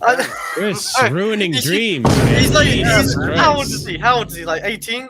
He just turned 18. He's just turned 18. Good luck. He Jesus Christ, Chris. Making kids cry out here. No, he's just not going to make it yet. Like, give it 2 more years. Give it two more years. That is disgusting noise, by the way. We need to stop that, please. We need to have a ban on that. Let's be real. He's probably going to be sold for like, just that hearing him, that thing. That is disgusting. There is no other way to put it. Fair enough. But Dujon Richards. Who knows what's going to happen with this guy? Maybe he gets a loan in January since he's 18 now, right? So that could happen. Yeah, you never know. It would have to be domestic. Right? We're starting to run out of loans, by the way. So we can make as many domestic loans as we want. For guys under 21 or 21 and under, we can make as many domestic. We'll talk about Santos. Like I did see there was a report, and this might end up coming up, but I wanted to speak on that. I saw a report where it talks about Leslie. I saw a report where apparently we're looking for loans for Leslie, and my immediate thought was, well, what team in the Prem or Championship are we sending him to then? Like, who needs bro? A Newcastle looking for a DM? Like, Steve, a Newcastle looking for a DM? Right, let's see what Liverpool's saying, right? I need to ask this guy. You know, Lewis Hall, is he an option or obligation? By the way, I actually forgot to ask this question. Obligation. He's. I think it's an obligation based on like performance. No, I think I legit think it's just an obligation. Full stop. Well, let's hope so. Man. I thought it was an obligation based on clauses, but the clause is like really easy. It's just it's basically it's an obligation, like straight. But because Newcastle need to get around FFP for that. So he ain't been looking good, bro. He ain't been looking good. I don't know if you guys. Hooked at half time, but no, fuck Chelsea. I heard for selling him, right? Yeah, man, they're breaking dreams right over here. How dare they not like? I mean, there was one of us in the panel that wanted to keep him, right? I wanted to keep him. Okay, I think that was he ain't making it out of the hood. Yeah, I wanted to keep him. Marshall, I think we all wanted to keep him, but the narrative in the summer was like keep him and sell Cucurella. That was what the narrative was, if you remember. Okay. And I'm sorry, but no. No, we didn't sell Cucurella. I won't lie. I've seen some people who still has that narrative. Jesus, that's disgraceful, man. That's ridiculous. Considering I just saw Cucurella's stats, I don't know if it's still the same, but he's first place in a lot of stats in the Premier League. So it won't be for long when Poch starts benching him. Well, we'll see. We'll see because the next the next Twitter story, the subject that I wanted to talk about was Cucurella is potentially going to stay in the team for the rest of the season. Why? Because apparently Chilwell's out for the rest of the season. Holy shit! What? So let's discuss this. Did you say year? Matt Law injury update this year. Okay, sorry. That's only 2 months. Have you become misinformation network? Misread information. Unfortunately, you know what? Just for that one, I'm gonna give myself that. Thank you. I fucked up. It's okay. Listen, a year is a long time. You put a year in the sentence, it loads it up. Okay. You could have said 2 months. Matt Law. But instead, you had to make it all dramatic with the fucking year. Okay, dickhead. All right. Well, anyways, like you? Well, Marshall, like you when you were like, oh, won't be back until November. Yeah. Oh yeah. On the 30th of October. Listen. Leave me alone, okay? Okay, I'll just turn my camera off here.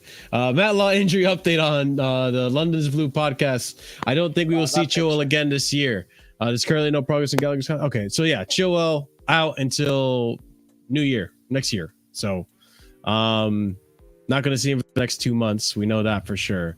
But Cucurella is basically going to cement himself in that position, no doubt. I don't see why. Cole will, unfortunately. Him or Cole. I mean. Chilwell is vice captain, but I don't know if that's going to have too much weight on Pochettino's decisions. But Poch dropped him before he got injured. Yep, because he was playing at left wing like a... Poch thought he could play left wing, man. Like an absolute terrorist.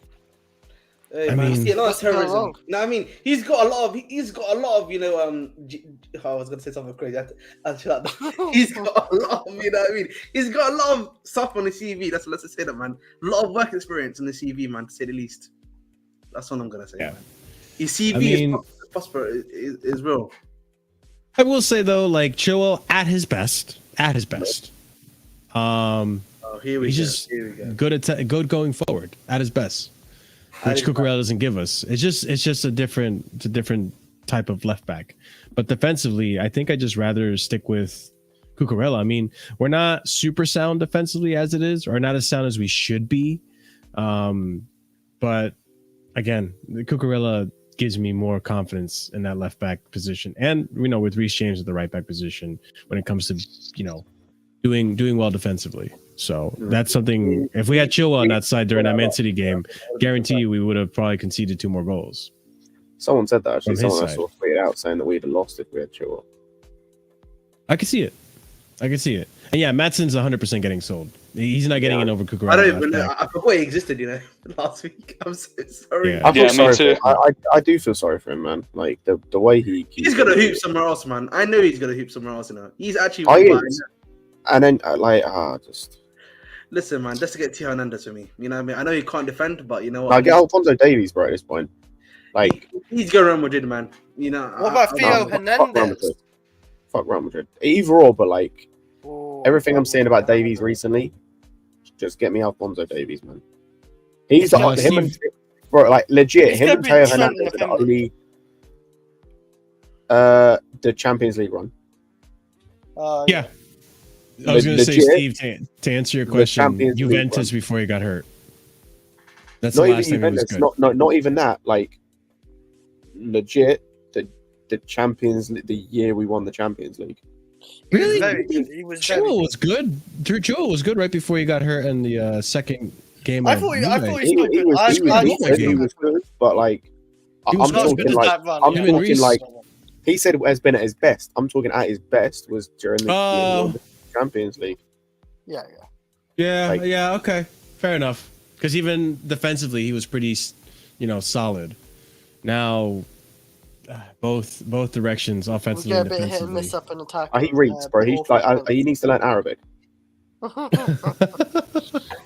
But yeah, so there was an update on Chilwell, probably out until at least January. Maybe the injuries is what it is, or maybe he's just starting to decline as a player. So I don't know. Why don't we just True Matson at left back, because Brentford. That like Oliver made it very clear to me, the way he just got physically bullied during the Brentford game for that last goal convinced me this guy. Well, okay, it is one just occasion. I am being harsh, right? But like, it just wasn't a good look. It doesn't leave a good taste in your mouth. You're right, it's not. But like, we're not going to sit here and say that Cucurella is physically gifted in terms of the same stuff. I can't say I've seen Cucurella get bullied like that. I think the main takeaway is just that Poch doesn't rate him. It's quite clear from the selection. Like, he could work as a left back in terms of giving you something different. Like he could give you the same sort of stuff that Chilwell was giving you, but more dynamism in the attacking third, or that you hope Chilwell could give you, but more dynamism and less injuries. But yeah, he could even work as a forward. Like you could try him as a forward and it could work. It's more, just Poch doesn't rate him for some reason, and like it's weird because preseason he did. Like I'm wondering what the fucking point was to play him in preseason so goddamn much. Like that was a waste of time. Like you might as well have used that time to play Mudryk more, play Madueke when he was fit more, play Angelo more, so you had a bit of a better idea of what he was like as a player. Maybe play Moreira more, so you had a bit of an idea of what he was like as a player, so you didn't have to loan him out to the worst club in France. And you wasted a loan spot there. Like again, like some of the decisions that have been made by this manager and this board in part this season, like when it comes to actual personnel, it's weird. And it's like in isolation, it's fine, and then you kind of when you kind of connect them all up, it just makes you think. Yeah, I mean, it's hard. It's hard when you have that many players and youth players at that. I'm sure it's hard to land a perfect loan for all of them. We did have the same issues in the Roman too, where like we saw what happened with Billy Gilmore in Norwich. No, you're right, but the guys we brought in are meant to be better at that stuff than the people we had. Yeah, no, I see what you mean. Yeah. And there was a different intention behind it as well. The Roman loans were more of a money making thing, whereas this is player development. Yeah, that's the thing, is that under the Roman ones, it was mainly gaining money or just getting people out of the club so that they weren't costing you anything, basically. Whereas, as Oliver said, it's development. And I'll be completely honest, of all of the people we currently have out on loan that are for that same purpose, I can count the ones that are doing a good job developing on maybe one hand. Oh, God. Yeah, there's not too many that we know of that are having very good loans right now. Or even the ones that are, I mean, I'm pretty sure most of the players that are in the team loans. are developing well. There's a couple that are having kind of like middling loans. I know this is a massive tangent from what we were talking about. There are a couple having like middling loans. There's some having terrible loans, and then there's a few having like really great loans where they're actually developing. As I said, like I can genuinely count the ones that I think, based on from what I know from their time at the clubs. Like, there's a couple I don't know because I haven't really done much research on them. But like you've got Humphreys, Hutchinson. Honestly, the ones having good loans is probably Cassidy, Angelo. I think he's one of the middling ones. He doesn't play. He's on the bench all the time. Really? I thought he's been playing. I thought he was starting. He plays, but like mostly as a sub. So like he's one of the ones where it's like a middling loan. I'd include Burstow as well. Burstow seems to be one where he's playing quite a bit, just hasn't had the best of times. Like he's doing okay. But like you've legit got like Angelo,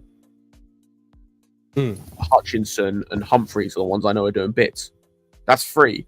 And we've got 4, 5, 6, 7, 8, 9, 10. We've got 20 loans. And I just told you 3 that I think are doing great at the clubs they're at. That's a terrible conversion rate. It's not.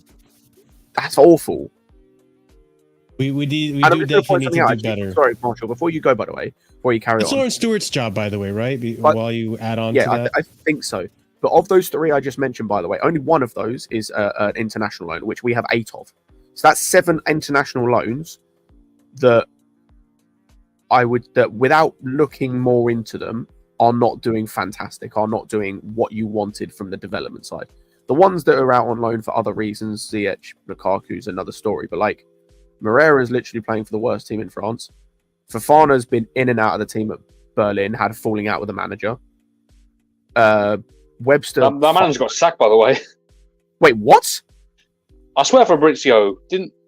Fabrizio said the Union Berlin manager got sacked today or yesterday. What? I know that. Yeah. Yeah, the Union Berlin manager got sacked. I can pull it up for you if you want. I've just looked it up. Fairs didn't know that. Interesting. Yeah, he got the sack. I mean, they're doing terrible this season. Basically a hero. That guy's basically a hero in that town, in that city, and for that team. But Fairs. But yeah, like, I don't know about how Slonin is doing, but like, bro, when fucking hell, these international loans we've not hit on like basically any of them apart from Angelo. Yeah, it's how bad that is. Not been looking too good. And even with Angelo, we own that club. So we have a degree of control. If anything, I would hear out the opinions of people saying Lawrence Stewart out because these outgoings have not been going well. Because I mean, yes, we got a lot of baggage out. We got a lot of dead wood out, but also, what about our loans? These are kids that are potentially No, brother. Like, honest to God, bro. We need to terminate Charlie Webster's loan. This man's played 5 games. But why is he taking up an international loan spot to chill on the bench at Heron fucking terminate his loan in January. What the fuck? I will be. You know what? Now that I'm thinking about it in this lens about being critical about Lawrence Stewart, now that I think about it, there was a lot of loans that were just loans for the sake of loans. They weren't even like offer. I mean, I don't know. I don't know what they were instructed to the Bowley or Iqbali saying, like, hey, whatever you do, just get rid of these players no matter what. I don't care the price. I don't care where they go. Just get rid of them. I don't blame him entirely for that though, because like you look at the Ziyech, you know, it's not Lawrence Stewart's fault that he couldn't pass a medical. It's not Lawrence Stewart's fault that Romelu Lukaku was taking us for a ride along the whole summer. You know, his big tour of Italy. You know, Juventus, Roma, Inter. You know, it's not his fault he did that. No, see, I don't blame them for that. Why did I do that? I don't blame them for those 3. Maybe the ZH one, just because that loan in general, from everything, like is fairly terrible. PSG. I can't believe that didn't happen. I have to say, the ZH one's not bad. The like Kepa one, Lukaku one, I don't care. It's the like Moreira made no sense. Like this was a dude that the whole point of having him here was to chill and play in the second team. Why'd you send him out on loan on the last day of the window? Like Fofana made sense. It's just not gone bad. Why the fuck is Webster out on loan at Heron Vane? Why? What's the point? I understood the Fofana loan because like they at least were getting Champions League football for the guy, and it was about that makes sense. On how you expect it. That one I have a bit more sympathy for. I mean, he scored a goal in the UCL, so you know at least he's a UCL scorer. You know what I'm saying? So there's that. Add that to his resume. On a side note, just going to point something out. Obviously, his experience, but the club that Slonina's at, where he's played most of the games this season, are literally one place above the relegation playoff in their league. I mean, that's not good. But this man has kept. Sorry, this man has kept one clean sheet all season. Hey man, you live and learn, man. You know what I mean. In the words of Somali, in the words of Somali president. I don't know, he might get more. And I continue to make more mistakes. So, in the words of me, let's go on to the next topic because we still have a lot to talk about, and I do want to get to the striker topic because that's going to be a big one for us. Let's do some injury updates. And before we do, ladies and gents, if you haven't done so already, if you're here, if you're chilling, you're hanging out with us, be sure to smash up the like buttons. We're only at 28 likes. Let's try to get 35 likes. So much appreciated, guys. Let's give you some injury updates. Starting off with Levi Colwill. Levi Colwill is expected to leave the England camp later today to return to Chelsea to continue treatment for his shoulder. Should have never went to the England camp to begin with, but okay. Gareth Southgate knew he was injured prior to he knew he was injured prior to coming. I don't know why he called him up regardless. They legit now haven't got a left back in the whole team. They already didn't have a left back. Hey, relax. They played Trippier there. No. Oh no, I was right, by the way. Sorry. I just want to rewind something. I was right. In 12 games, Slonina's had one clean sheet and conceded 28. Okay. It's going fantastic. Our loans. Fantastic. Yeah. Let's continue on. Another injury update is Romeo Lavia is close to and could return to Chelsea after international break, according to Pochettino. We never discussed this on the channel, but we did discuss it. Oh, we did discuss it on the channel, but we discussed it on other shows. Wanted to bring it up here for those of you who only tune into the Casually Chelsea show. So, yeah. Lamia is coming back very soon. Then more updates. Breaking. Malo Gusto has withdrawn from the France U21 international squad. Malo Gusto underwent an MRI scan on his knee, which has shown a minor injury to the medial lateral ligament in his right knee. Malo Gusto has returned to London and will undergo rehabilitation recovery. Pretty sure that's an MCL, if I'm not mistaken. Well, it's a ligament, so yeah. It's not an MCL, no. No, it's not MCL. Yeah. You can't tore like ligament. MCL is medial cruciate ligament. Oh, okay. It's not the same thing. No. I didn't see that gotcha. part. Still, knee issue. Got to be careful. Yeah, you know what I'm saying? Worst, I think, for yeah, it's not very good. Next update. I mean, hang on. Just for a second, we did see Gusto playing with like a knee strap on for like the last 2 games. He's been doing it for quite a while, actually. He's been doing it for a very long time. He's been doing it even when he was did the first France call up where he was officially called out to the actual squad. He was wearing it then. Hey, that's some good news for Sassy. Well, I mean, yeah, it's unfortunate. What happened to Konate? Is Konate injured apparently? Because he replaced Konate. Konate is injured apparently, yes. But this is an injury update. That guy's cooked. This isn't an injury update, but I did forget that the Sassy got a call up to France. So big up to the Sassy. You know, I think, hey, listen, the guy's been playing decently for Chelsea. So big up to him. He's not going to play. He gets a lot of criticism. He's not going to play. You know what I'm saying? Maybe not. But maybe he does. Maybe he gets a few minutes here. Those reps in, man. Yeah, maybe he gets his second ever appearance for France. He's getting those reps in, man. He's getting those reps in, man. You know, training reps in. Yeah, getting those frequent flyer miles for no reason. Exactly. That's literally what he's getting, bro. No cap. Oh my god. Okay, and this is a big one. Okay, so Team Fofana 3. Good news. According to 90 Minute, Wesley Fofana's return to the pitch in December is possible, but it's more likely to see this one make a return in January 2024. According to 90 Minute, Wesley Fofana could return in action December, but it's more repeating the same thing. And it was actually liked by Wesley Fofana. So there might actually be some truth to it. We all expected Fofana to be out for the season. Apparently, he could be, a rumor has it, he could be coming back in January. And he's basically kind of confirming it because he did like this post. I think he also had another post earlier today. So he's hinting at something. Which, I mean, if Fofana could come back, good for him. But also, brother, don't get injured anymore. Stay fit for the rest of the season, please. And then the last bit of injury update news that I wanted to bring up was Nkunku.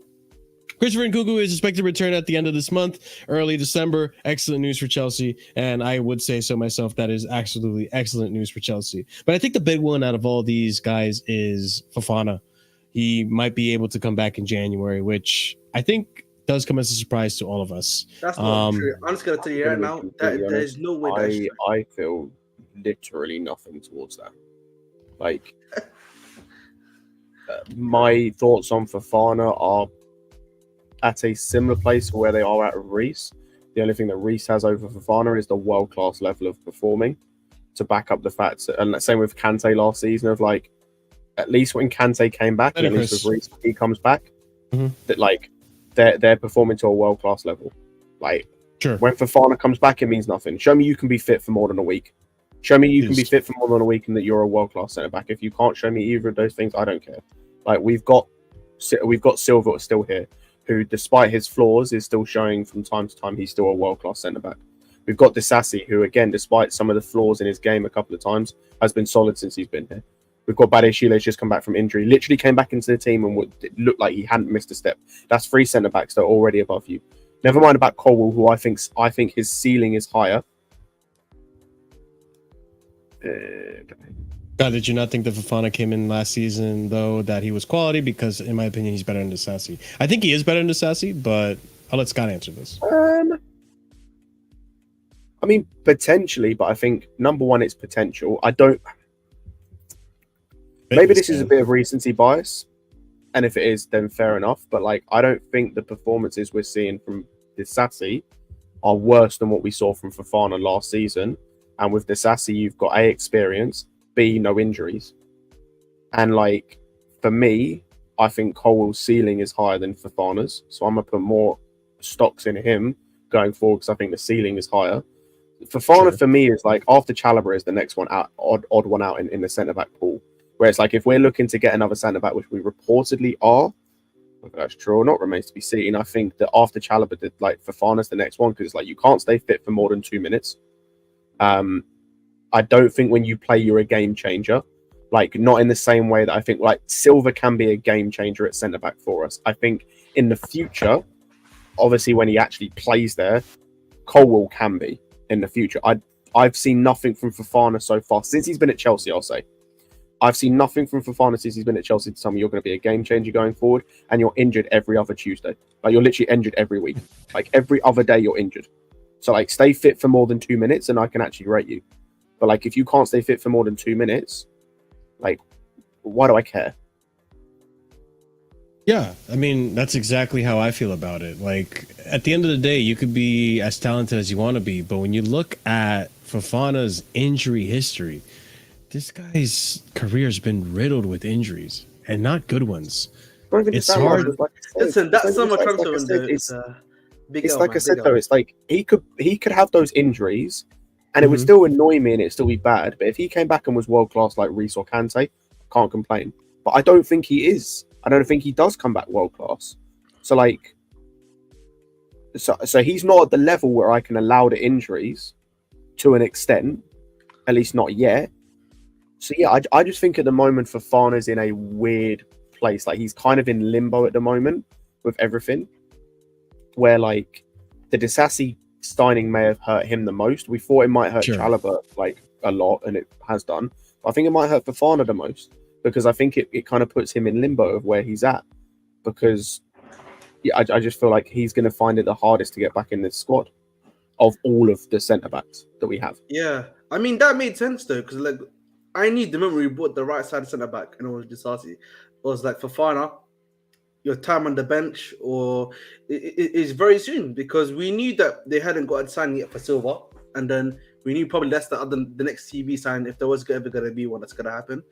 And that's pretty much what's happened, essentially. And I think for me, with Fofana, I don't believe he can come back by January, or because, bro, this what guy was his injury? Huh? It was ACL, bro. ACL tear. Yeah, ACL. That's what I'm saying, bro. It's Was like, it again, or had he already? That was the injury he got in July. Yeah, No, he had a has knee he done that- injury, has he but it done that wasn't a tear. previously, Like or that. is that No, the first not He an didn't- ACL. No. He got an injury in a similar area, but this time he actually tore the whole ligament off. So this one was like he had to get it repaired. Yeah, stage 3 essentially. But like Jeez. the thing I'm trying to make is that this guy, bro, he cannot be back by January. It's nigh impossible for him to be ready in 4 months. I mean, It does seem insane. He probably can. Yeah. Back. The thing for me, like Aaron, just on your point, the reason I disagree with that point is we already have a centre back who came back from an injury that wasn't as bad, who we're trying to ease into fitness, and he's played 65 minutes in a League Cup game and hasn't played a minute of football since, and has had the opportunity to. And as I said, came back in that League Cup game and literally looked like he hadn't missed a step. So like, we're already trying to ease one centre back into this back line from injury. When Colwell comes back, it's going to be the same whether he plays centre back or left back. We're trying to ease him back. When obviously this is further down the line than those two, so I understand it. But like, when you're reaching that period of the season, right? When, let's be real, let's say he comes back in January. Like at that point, we may or may not be out of the FA Cup. We may still be in it. It depends on our run. That'll be around the time when we have the League Cup, but that'll be what? Quarterfinals, semi-finals. So I'm gonna be real. I'm not easing a guy into fitness in those games. I want to win that cup. And then you've got the league. So like, when's the chance? If we're struggling like at the moment to ease a guy into games when he's got games to play in, because we're in a period of the season where you can do that. When you're getting to the business end of the season, can you really afford to be easing a guy in centre back as well? Like, this isn't like a right back or a left back or something. This is in someone in the heart of your defense. Very physical position. Yeah, can you really be like using that time to ease a guy in? And so that's just what I don't see the opportunities there to do that unless you fully trust him to stay fit, which no one in their right mind should, because he's done nothing to earn that trust. So as I said, I think it's too soon to write him off. I'm nearly there, I'll be completely honest. I'm nearly there, especially if we do sign another centre back. And depending on the level of centre back we sign, because I've heard good things about Diamande, one of the guys we've looked at. If we sign him, then I might fully write Fofana off. Not because I think he's a bad player, but just because all the factors I've mentioned. But he's definitely at the moment where he's in limbo. And I think he's going to have a hard time coming back into the team. As it stands. I feel like these pathways at this point is kind of blocked, bro. Like, we're now probably buying another CV. So. If it be Diamande, whoever that's about to come in now as well, even though we know Thiago Silva is leaving. If that happens, they pretty much, barring the one of them being a shit signing, is not looking good, bruv. So, real quick, just reading the super chat, and I'll give my opinion on this and go on to the next topic. Strasbourg Steve, thank you for the $4.99 super chat. Wesley Fofana trying to be like Aaron Rodgers. Freak injury return too quickly. Listen, I know Wesley Fofana has the potential to be a world-class CB. The thing that is holding him back is just like Scott iterated, and like Ahmed iterated, and like everyone else in this panel has iterated, I'm pretty sure, is the fact that he's injury prone. The injury proneness, not being available for most of the season, it's just not good. We can have the same discussions that we had about N'Golo Kante with Wesley Fofana, except N'Golo Kante in his time at Chelsea definitely had more of an impact and definitely played more minutes than what Wesley Fofana has given us so far. So, listen, I think the kid is good. He's a good player. And I think he is a kid, too. I think he's only 22, 23. Yeah, 22. He'll be 23 in a month. But, yeah. So I think he's a fantastic player. He's a kid in football terms, basically. Yeah. I think he's a fantastic player. He just has to stay fit. Holy shit. So just to go back to Danish Maldini, yeah, he's injury prone. My man's had... you see the record now? Bro, this... Obviously, I don't know exactly what the injury was because it doesn't say on Transfer Market, including the injury that he's currently had to the cruciate ligament. This man's had 7 knee injuries. Yeah. It's not good. It's not good. And who knows how he's going to return, too. That's the other question, too. Because he had a rupture of the ACL this time, and not just like a slight tear or a pull. They're the same. Rupture and tear is the same thing. You can have a slight muscle tear, but the rupture. There's different levels to it. Yeah, obviously. Yeah, I just need to go through like a few of these, by the way. This man, like, he had his first knee injury at Saint Etienne, and he missed 17 games. He came back on the 5th of October. Literally a month later, had another knee injury. Like a month later, then he got his next knee injury, and was out for a while. Came back on the 21st of November the year after. A month later, got another knee injury. Then, obviously, he had the knee injury for us, the big one. Came back on the 16th of December, and 4 days later picked up another knee injury. This man's knees. He's 22 years old, and his knees are made of paper mache. That's what I'm saying. I'll let you close this off on this. In any sport, whether it be where you use your legs heavily, whether it be like obviously basketball, that's football. Insane. I didn't even fully clock how bad it was, man. Yeah, it's really bad. You know what I'm saying? Yo, your knees are like, your knees are worth like their weight in gold. So his knees are biscuits. No, mate, they're not even biscuits, man. They're just jelly at this point. They're just jelly at this point, respectfully. Dude, it's bad. So listen, I hope the operation he got to replace his ACL, because now we know it's not a real ACL now. They do they give him like the hospital. I don't know what it is. I'm sorry, I'm not gonna speak on something I don't necessarily know, but I do know they reinforce the muscle.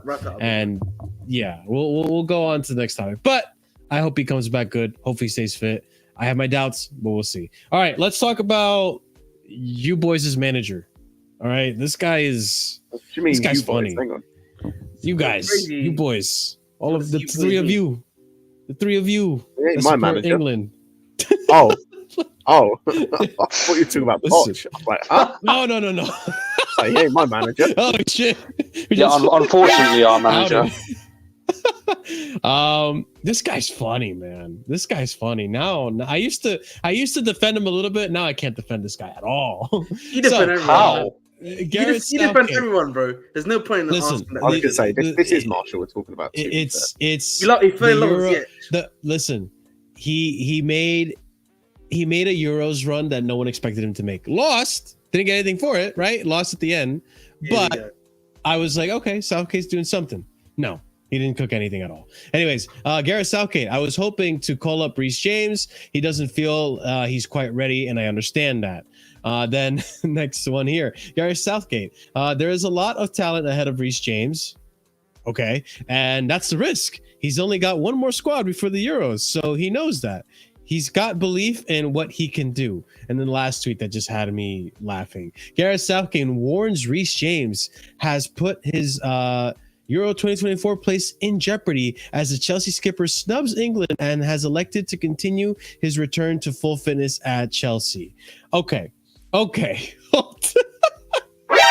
This guy is a fucking clown.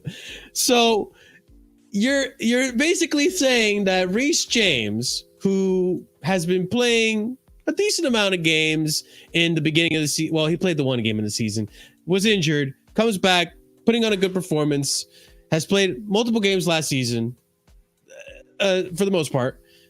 This guy has proven to perform at the highest level, proven to perform at Chelsea. You're going to say he's going to potentially lose his spot at England, but Harry Maguire, Jordan Henderson, they can get a spot. Calvin Phillips, they can get a spot. Excuse me? Where at the time that he called up Harry Maguire had not played a single minute for Manchester United. This guy's a joke. You're trying to find too much sense in Gareth Southgate. Like, you're trying to find way too much. It's just a joke. It absolutely makes no sense. It's a joke. And yeah, also, what right backs are ahead of him? That's why most of the England fans are asking for his head, asking for him to be sacked. Or Trippier, actually, but it's like ridiculous. He's playing Rashford right now. Oh my god! Trippier's first choice left back is calm. He's not wrong. God.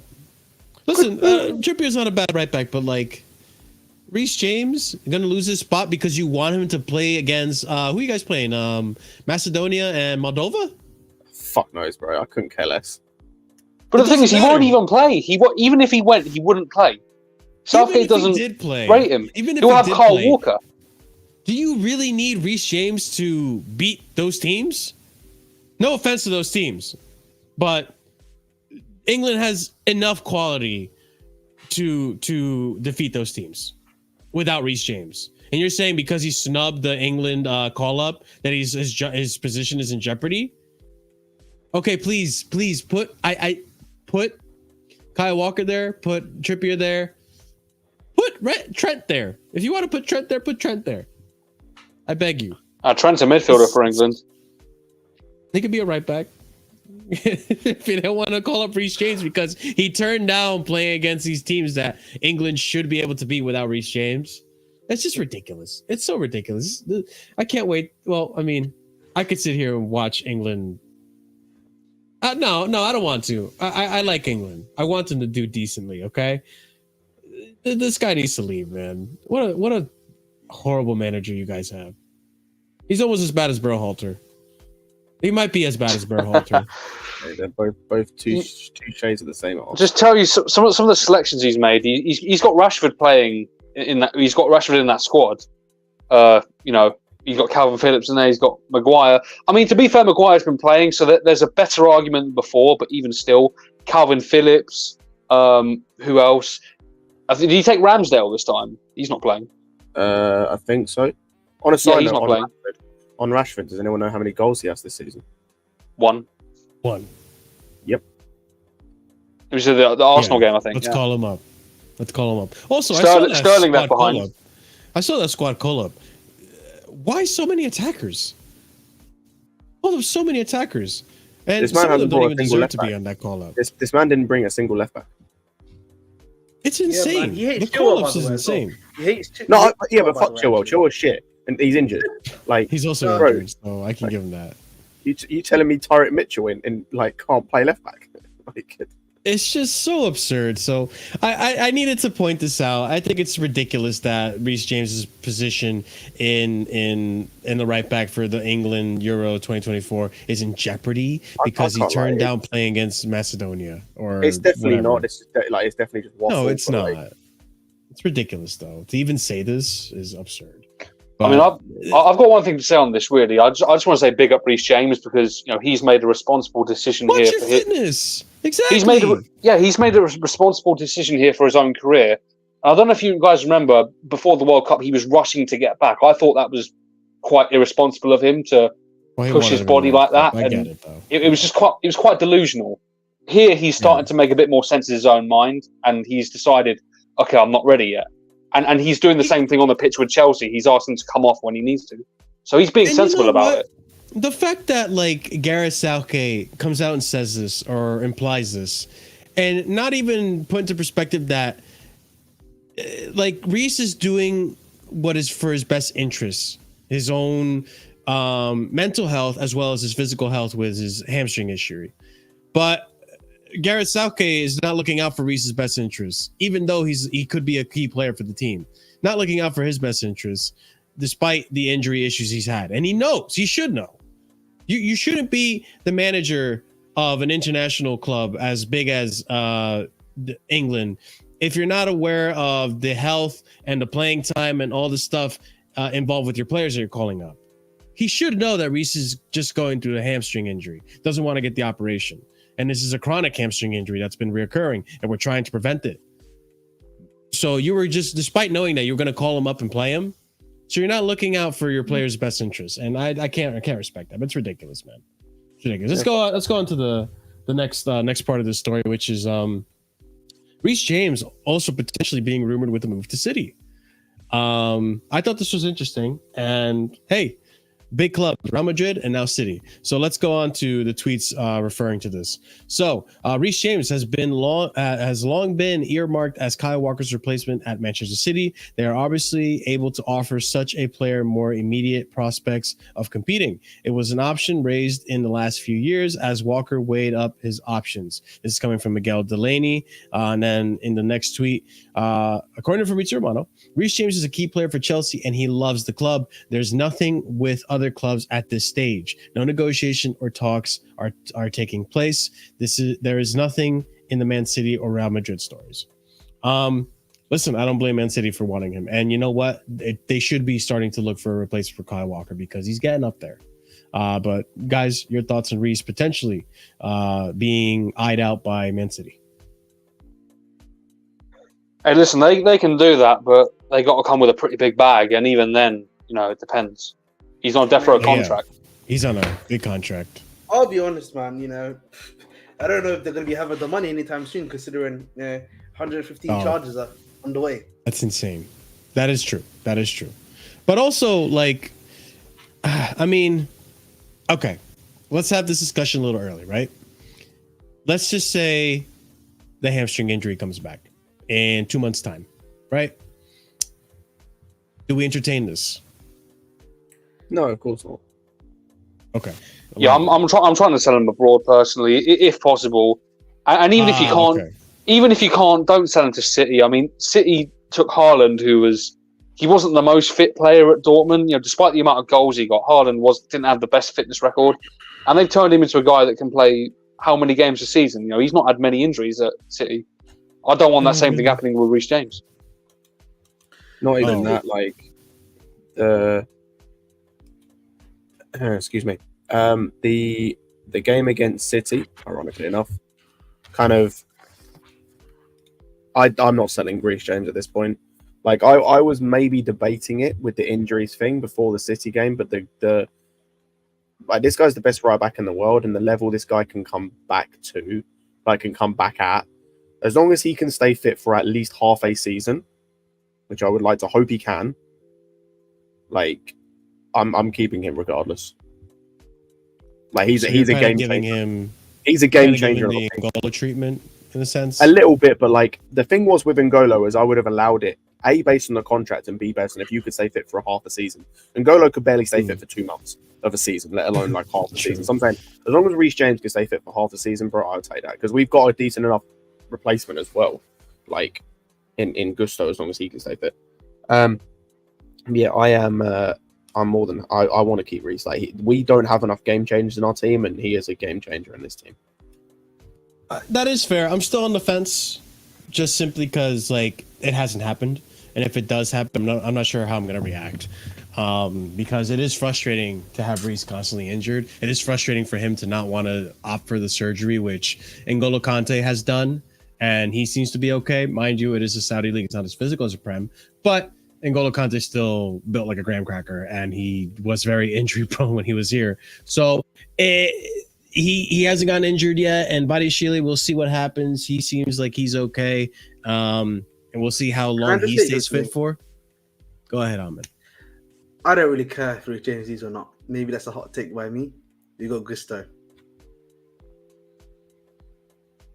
I mean, surely you can admit that Reece still ahead of Gusto. Yeah, the level definitely isn't the same. Yeah. Gusto's level is good. Of course, it's going to be a difference, right?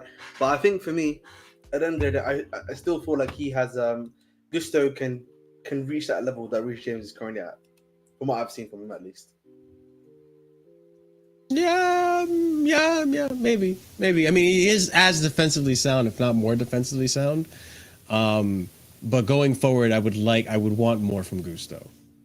That's one aspect of his game that I feel like if he can do better going forward, then it's really, really solid competition for Reece, for a first team spot. But as right now, I'm just, I'm personally just trying to see if he can stay fit for at least 5 games in a row. You know what I'm saying?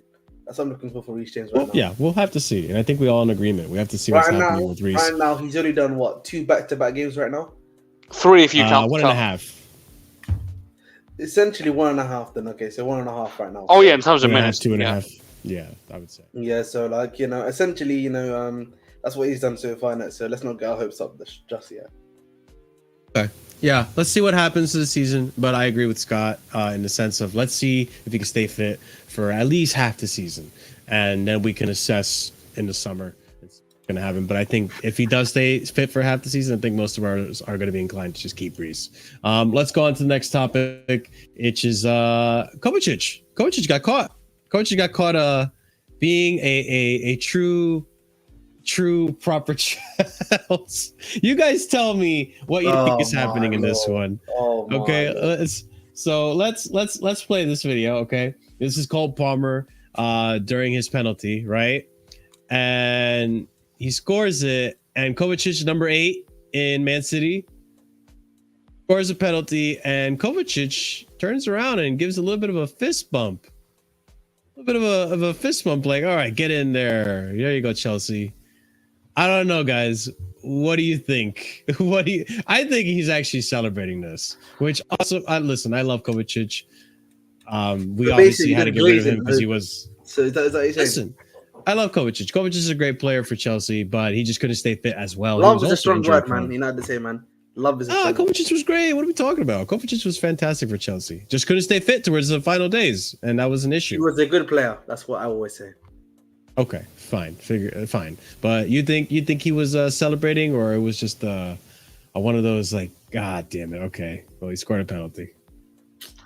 Yeah, I think it could have potentially been just him like clenching his fist, like in like, oh damn it, we've conceded another equaliser. Like, I'd want to see his facial expressions in order to tell whether or not he's actually happy that we scored or not. I think that's key. Yeah, Scott, what do you think? Don't really care either way. Like, I knew you. And I don't mean that in like a disrespectful way. Yeah.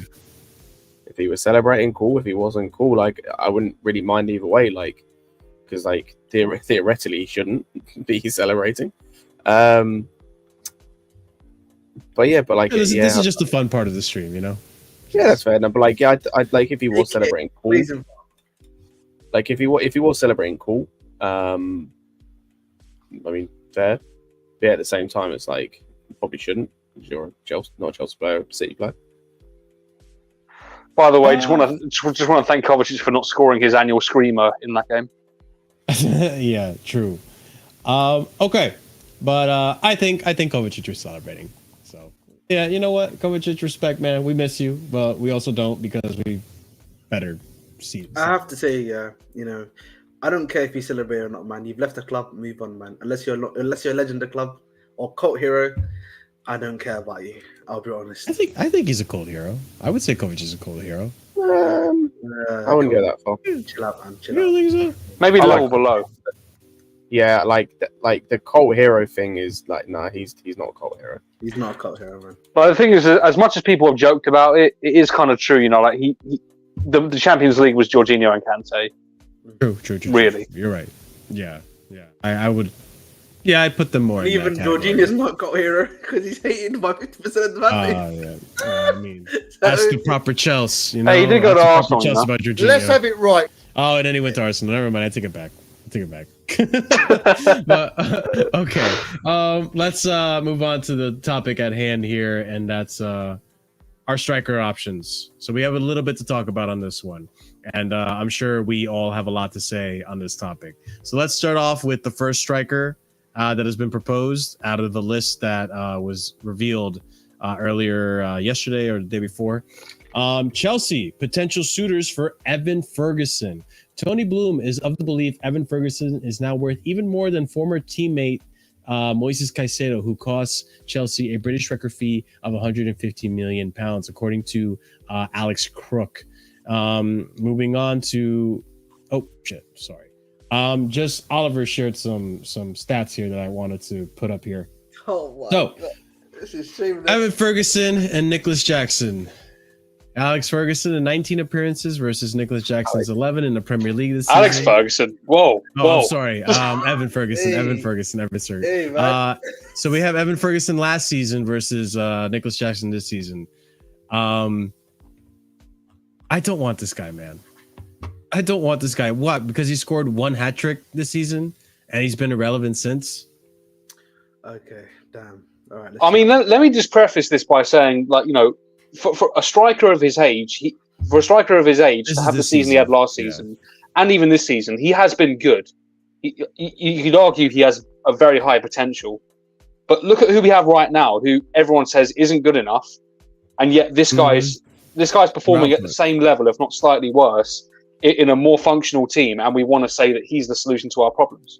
Jesus Christ, Nicholas Jackson, lay off the yellow cards. God damn. Yeah, bro, you got another one against City. I know. Oh yeah, for doing the penalty spot. No, that was Palmer. Palmer was the penalty spot. He was the. No, okay. He was he got a yellow card for the stuff with Walker. I think was it Walker or someone else? I think it was something like that. It was one of those mini fights. But I've said this before, man. you got the La Liga thing, you know what I mean? Where because these guys always go to the ref and start talking and chatting shit to them. If you finish the Premier League, sadly not. But one thing I will say, man, it's a bit shameless. This one, I'll be honest. But but the thing with like Ferguson that worries me, even if I wanted him, is the injuries, because he seems to be getting quite a few. He seems to be getting now quite a few injuries, both last season and this season for his team. So I didn't even know about him last season. I'll be fair, and that probably might be why. He started getting injuries last season. That's when he broke out last season. And he had a few injuries last season, and now he's had a few injuries this season. So the worry that you have is he's getting that many injuries now. You know, what happens if you need him and he's not available for you? Because you don't want it to turn out like to someone like a Callum Wilson or like an Alexander Isak, where you know when he plays for you, he's going to score goals for you, but when he's injured for quite a while. And said he had both those players. Just checked ankle injury last season and knee injury this season. Well, go ahead, yeah. Oliver. No, I was just saying I was checking Evan Ferguson's injury history. He had an ankle injury last season for 20 days and a knee injury this season for 18 days. Yeah, so listen, I'm not too concerned about the injuries per se. Obviously, that is things to be concerned about. But I'm more so, I don't want to deal with Brighton anymore. I really don't. This player, I'm sorry, this player is not worth more than Caicedo. Are you fucking kidding me? He had his debut last season. Didn't really impress that much, in my opinion. Listen, we have Jackson that put up the same numbers, if not more, this season than in his debut than this gentleman. Oh wait, wrong thing. This gentleman put in, same output and less appearances. Not as many assists, but like, what are we doing? Like, why even entertain this? Like, again, just because the hype of him scoring a hat trick earlier in the season, like, is that really what we think? Like, look, he's at the really same young. time, He's only 20 years old, you know. Yes, I get that, but at the same time, like,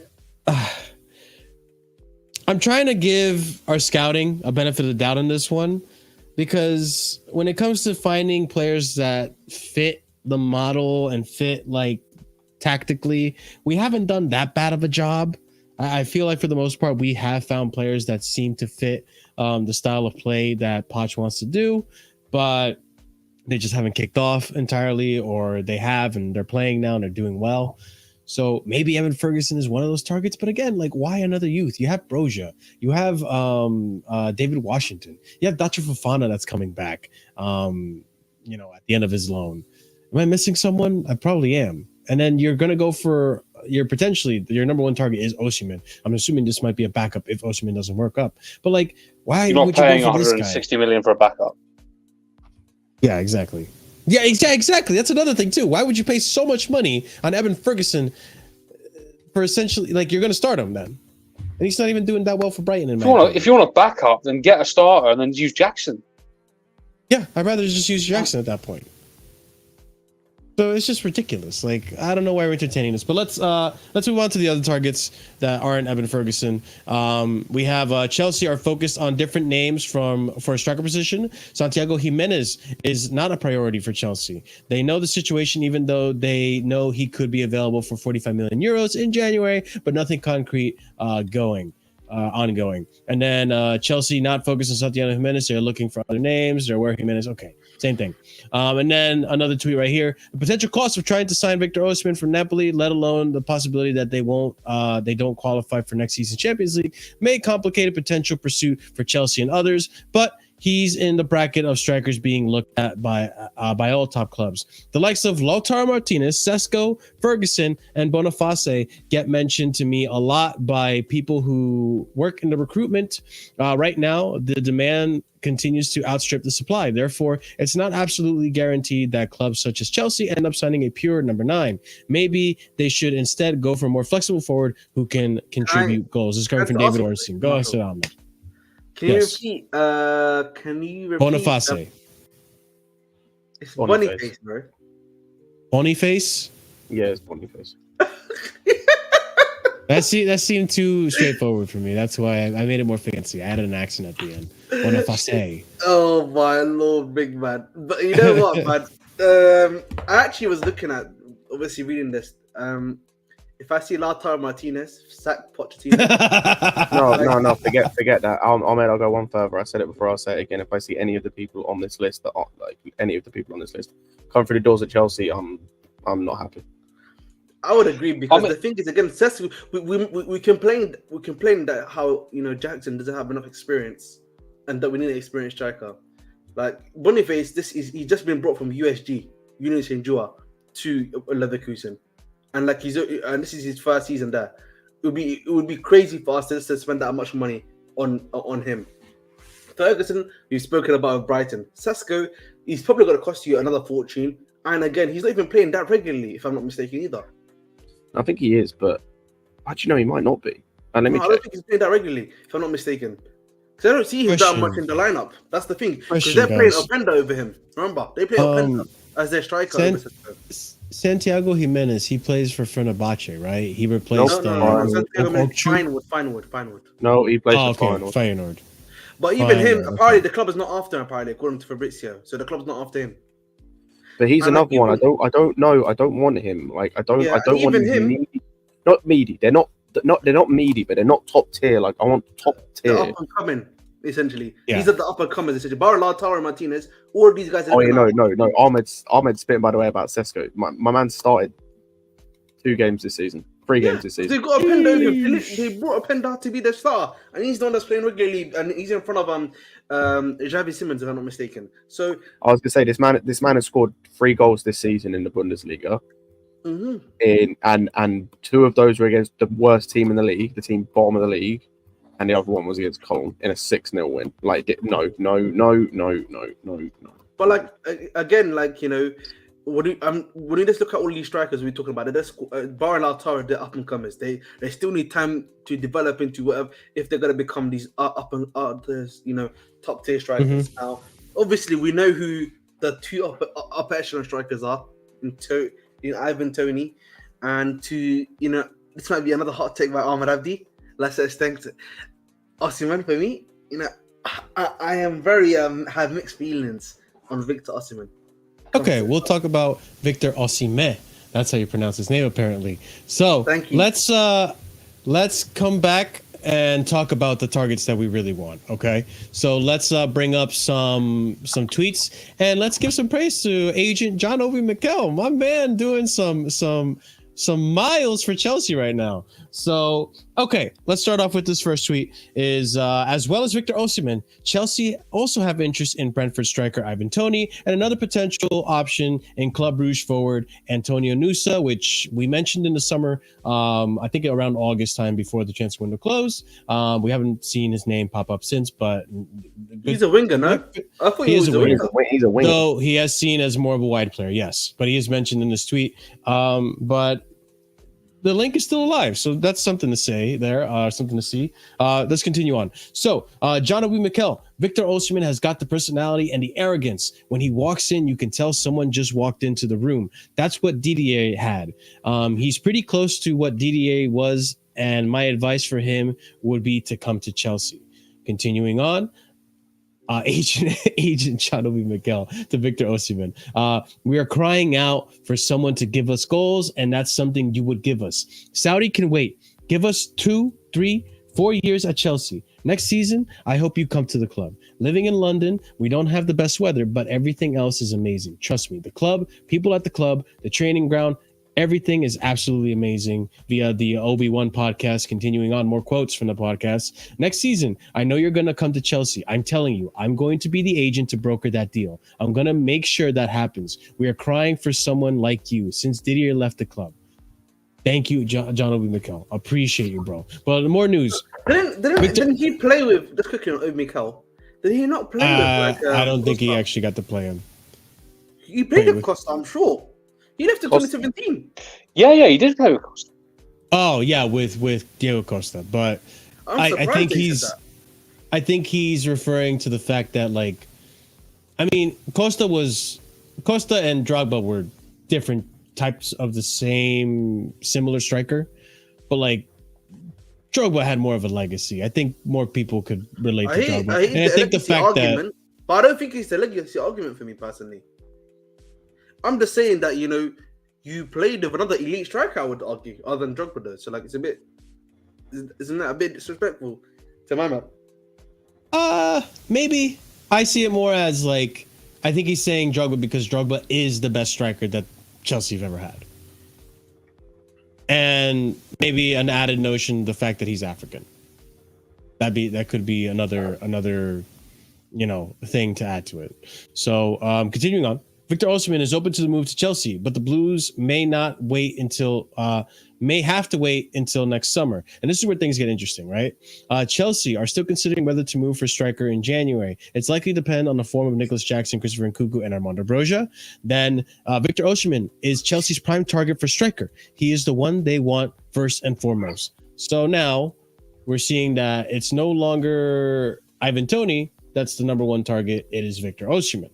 So continuing forward, Victor Osimhen being cheaper in the summer could present a scenario where, as with Christopher Nkunku, Chelsea tried to pre-sign Victor Osimhen in January for the summer in order to jump ahead of the market. Chelsea, please do this. Continuing on, as reported on my website on Sunday, Osimhen would be interested in the move to Chelsea, has always been a dream target. Groundwork has also been done on Ivan Toney, who is more gettable in January. And then not everyone in Chelsea's senior leadership or recruitment team feels Ivan Toney is the right choice, especially mid-season when he's gone so long without playing. Napoli have not changed their position. They do not want to sell Victor Osimhen in January. And then Ben Jacobs with the final tweet I have here is Victor Osimhen is undoubtedly an option for Chelsea. There's also a scenario where Chelsea tried to pre-sign Victor Osimhen in January for the summer in order to jump ahead of the market. Please do that. Do that. Listen, I part of me doesn't want Victor Osimhen to come to Chelsea because I feel like if he doesn't perform, he's just gonna fall. Just like how Chelsea fan base is, just ravenous monsters that just will deteriorate this guy's confidence and just criticize him over everything. And he'll just be another one of those like, oh, we signed him for 100 and whatever million. And what has he done for the club? Another one, despite good performances or whatever. But at the same time, this guy's a good striker. And I kind of am glad that he's the number one target. I do like Ivan Toney as well, but I don't know. What are your thoughts, guys? I'm not moved on Osimhen. That would be a crazy thing. You did say that. Well, you want to elaborate on that? I feel like obviously last season was his first, I would say, truly, world-class season, in my personal opinion. But the thing for me when it comes to him is that obviously this season he's got six goals in 8 games. I don't know if this is the right word, but like I feel like he's a fox in the box type of player, and like I feel like a striker that's a bit more complete. You can argue the other way though. We do need a presence. I was gonna say I think it depends on the rest of the team, because I think with how our team was constructed previously, like before Palmer, before Sterling started stepping up a bit more, before we had Nkunku and we can really see what he can do. I think that we can, I think Jackson's, for example, showed against City where that was a game where as an all-round number 9 it was not a good game, but when asked to do a traditional number 9 things, he did the literal one thing you want your number 9 to do, which is score goals and be in the position to score goals. And so, I think with Osimhen, I think Toney is better as an overall player than Osimhen in terms of link-up play, bringing other people into the game and things like that. But if you can get the rest of it right, if our three behind whoever our striker is going to be Nkunku, Sterling, Palmer, and then you've got Enzo and Caicedo hopefully at their best behind that, then I think, and if you've got Reece James as well, fully fit, then I think you can afford to get someone who maybe won't bring as much in terms of, the other elements of the game, but their box presence is secondary to none. And so he's going to get you the goals and be that poacher in the box. So I've said this before. I'm happy with either of them. Like, I don't care at this point. Like, whoever we get, as long as we get one of the two. Like, I just don't want anyone else.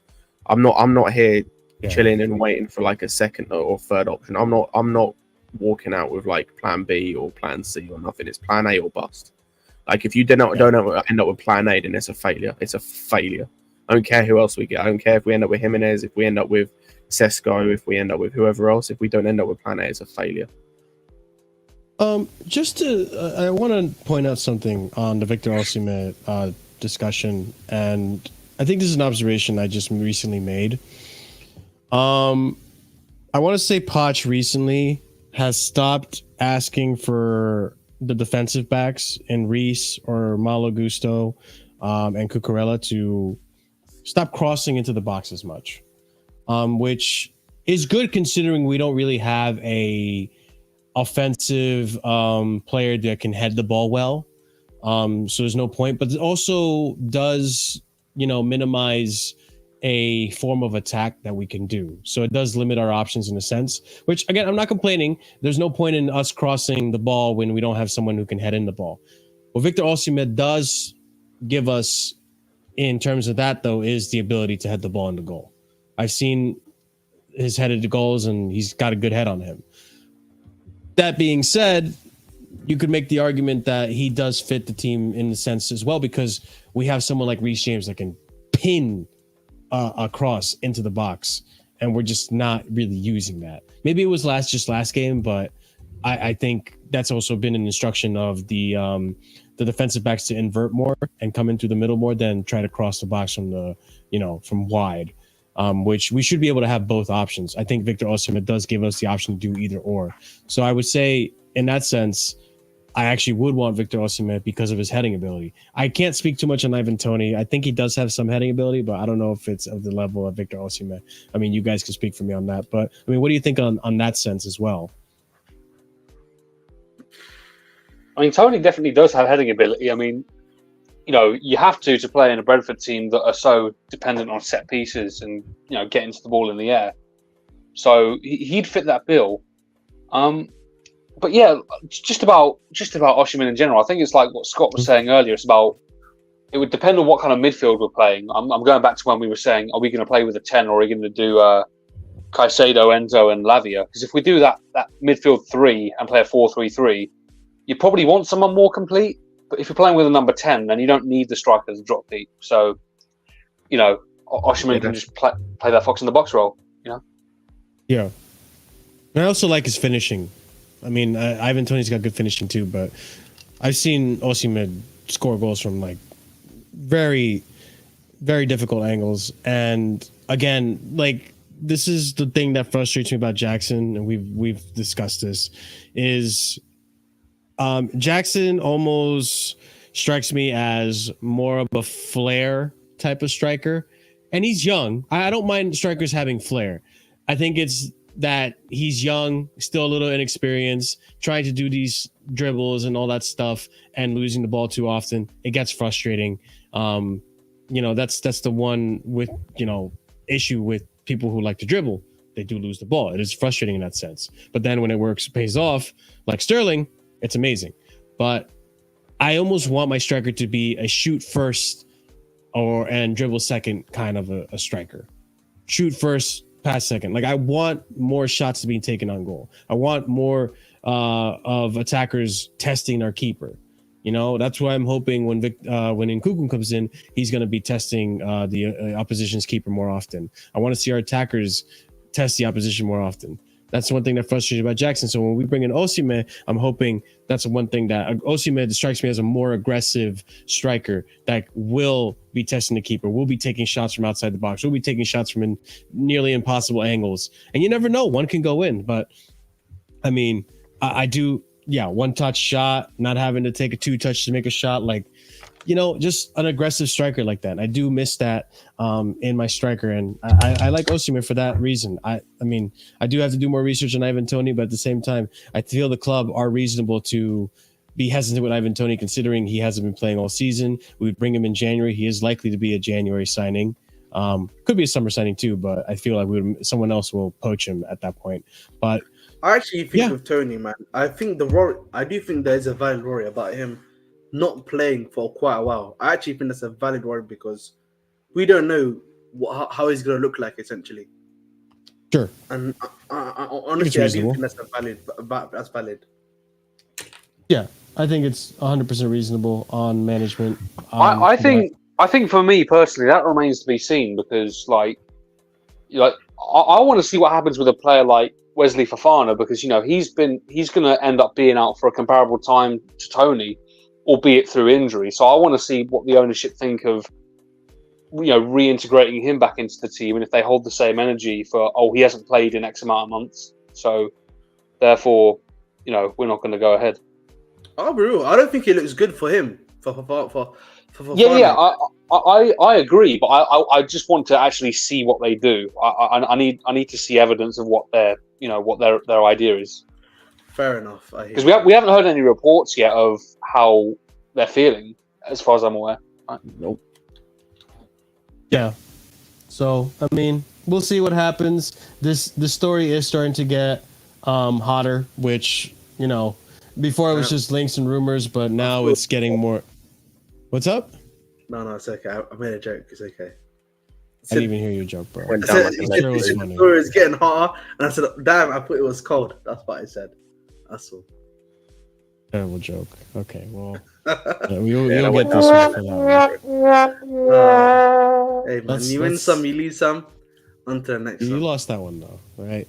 But let's let's go on to the next story I have. Unless you guys want to add anything on Victor Osimhen, but I feel like most of us will be happy with either Ivan Toney or Victor Osimhen. I'm glad John Obi Mikel is putting in some work, and it's looking more likely that it could happen. Let's go ahead on to the next one. Let's talk about a new youth that's been brought up, Corinthian youth. So let's talk about Gabriel Moscardo.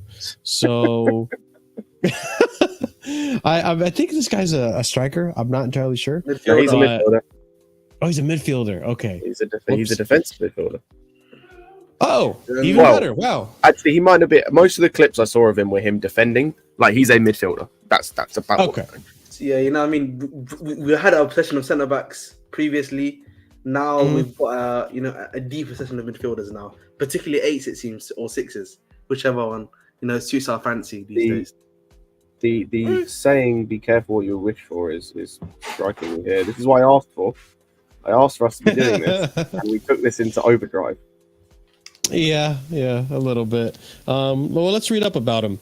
Chelsea sent a new formal proposal for the signing of Gabriel Moscardo, Corinthians. However, we will only take a position on the offer made by the English after the presidential elections in November 25th, which is in 10 days. But going on, Gabriel Moscardo, I can confirm that there was an interest from Chelsea a few months ago, strong interest, but I want to help Corinthians get out of this situation. To tell you the truth, I have very little information. My father knows a few things. This meme. Let's go on. Then Chelsea has submitted a new proposal to Corinthians to sign Gabriel Moscardo. No answer will be given until the end of the month due to presidential change.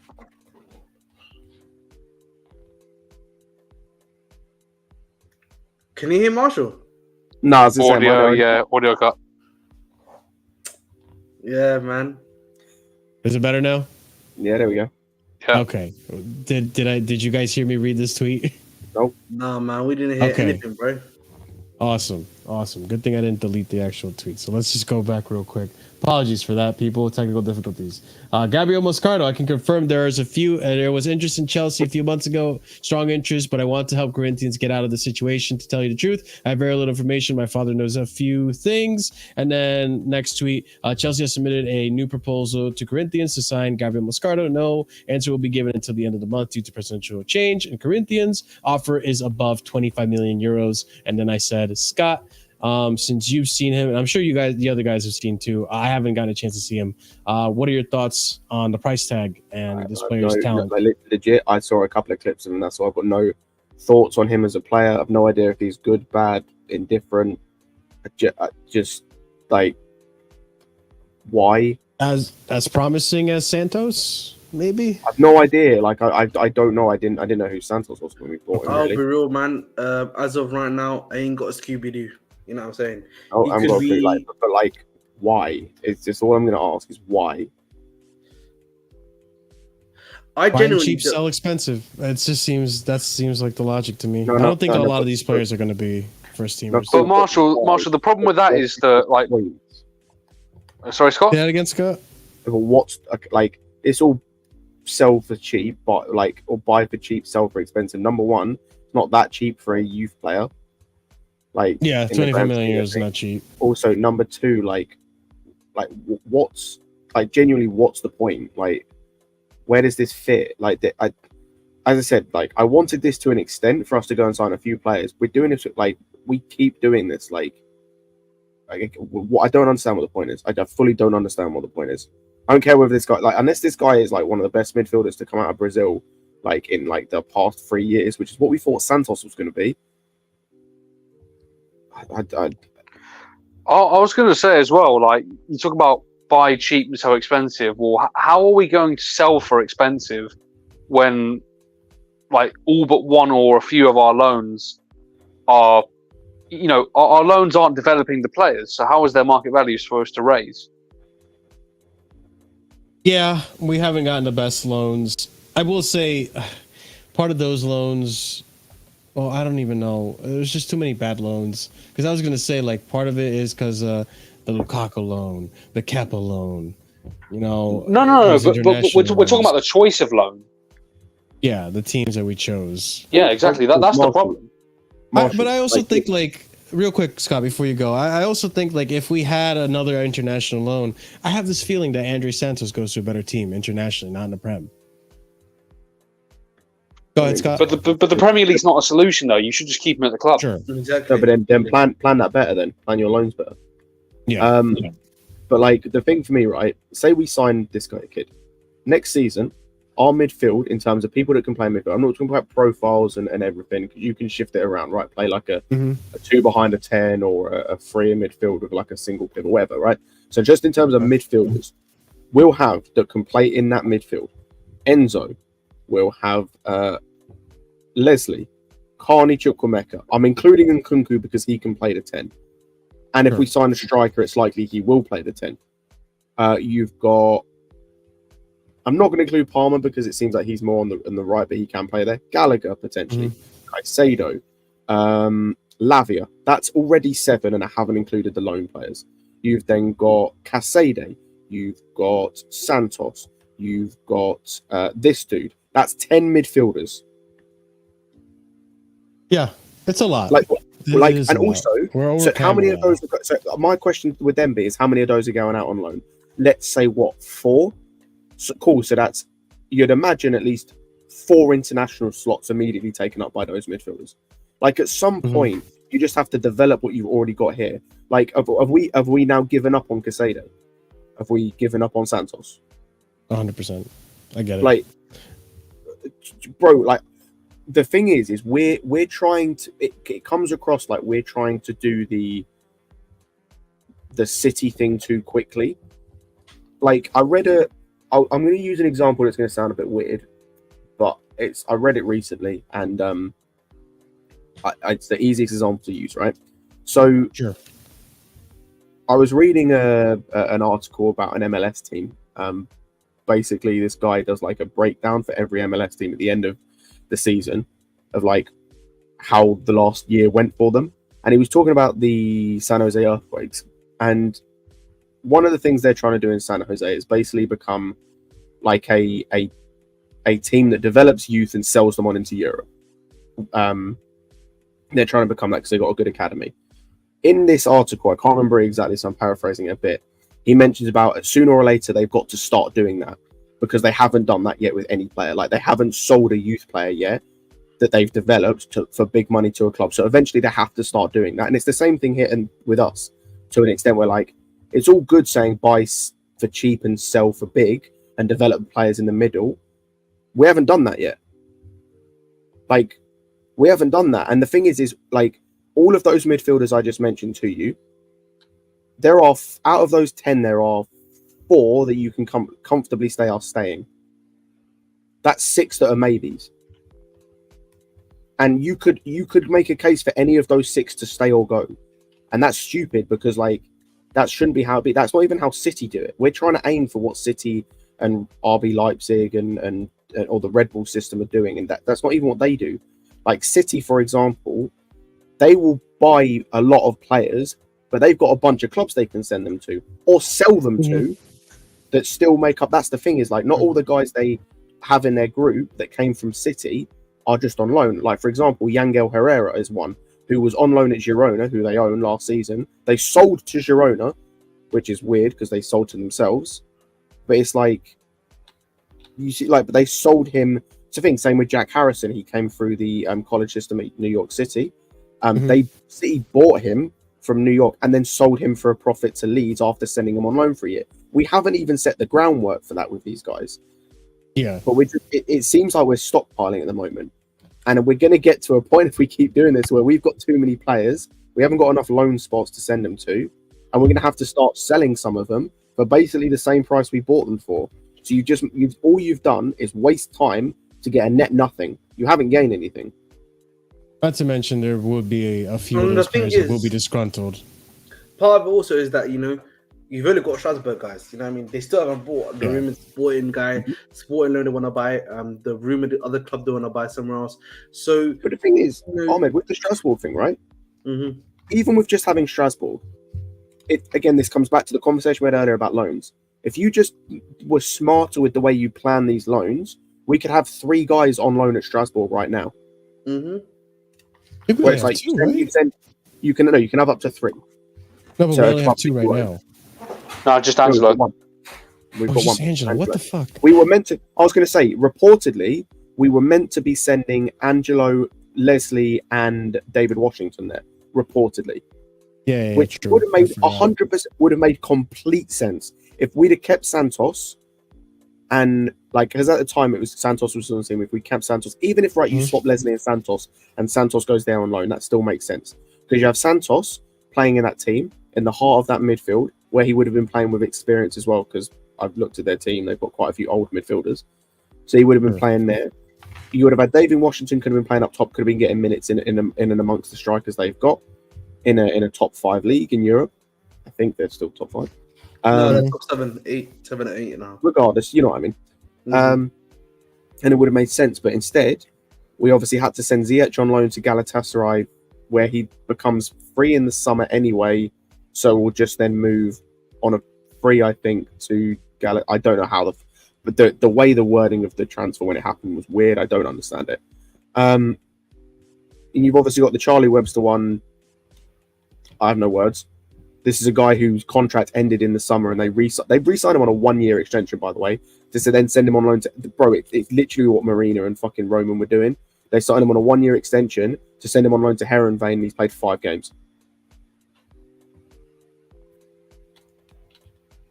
And it's like, if you plan this better, because then the thing is, if you just did what I said, right, Santos gets experience in that league, so that's helpful for him, regardless of whether you're going to keep him or loan him on. As I said, maybe there's a potential that Strasbourg want to keep him and are willing to pay, I don't know what we paid, but are willing to pay, let's say, 30 mil for him. Cool, you've probably made a profit on him. David Washington, the same, where he gets minutes and reps. So and because you own the clubs, you can always buy them back. So it just makes no. I'm hoping what happens, because I feel like, I understand the frustration, and I understand how it just doesn't make sense, and especially with the Santos situation. That's the one that annoys me the most, is Santos not getting any minutes at Nottingham Forest. Why even loan him out there? But I think that in part happens because of Lukaku not going according to plan, because of Ziyech not going according to plan, because of Kepa not going according to plan, not having to be able to sell these players, instead settling for a loan. And that takes up right there, those 3 players take up 3 international loans. So then you have David Washington, and wait, does the Strasbourg loan count as an international loan, even though it's a club? It's France. So that takes away 2 of those international loans from us for David Washington and Leslie Ugochukwu. So I get it, and I'm hoping that in January maybe we can correct some of these things, and in summer we approach it a little better. Now that we have gotten rid of most of the deadwood, hopefully by summer we're done with Kepa. Hopefully by summer Ziyech stays at Galatasaray. Hopefully by summer Roma decides to buy Romelu Lukaku. So I'm hoping that's why. I'm trying to give the board the benefit of the doubt when it comes to just those deadwood players that we needed to get rid of. It's like what Scott said earlier. Just recall Webster in January, please. You got to be getting a lot of hope, mate. Santos. Just going back to that signing, by the way, do you know what would make sense with the signing is if you signed him and just loaned him back on like a 2-year loan at Corinthians, but you can't do that because you've got no international loans. You know what it is though? I think part of it also is if we're being a bit more honest, is that there was such a lot of deadwood left that they were trying to remove that essentially they had to make sacrifices this season in order to finally get these guys essentially along. That's fair. Part of it was their mistakes, though. You know what I'm saying? Part of it was their mistakes because they didn't. They didn't. I mean, since we're on this topic, just real quick, Scott. Since we're on this topic, I might as well go on to the next topic, which is Santos coming back. So I did want to bring this up, and just hold your thoughts, Scott. I don't want you to forget. Chelsea are weighing up recalling Andrey Santos and are disappointed with his lack of minutes, like we just discussed. Other side of the coin, whoever made this decision honestly did not think through properly. The entire fan base said that this loan move to Nottingham Forest is stupid as they have too many players, like Scott basically just iterated.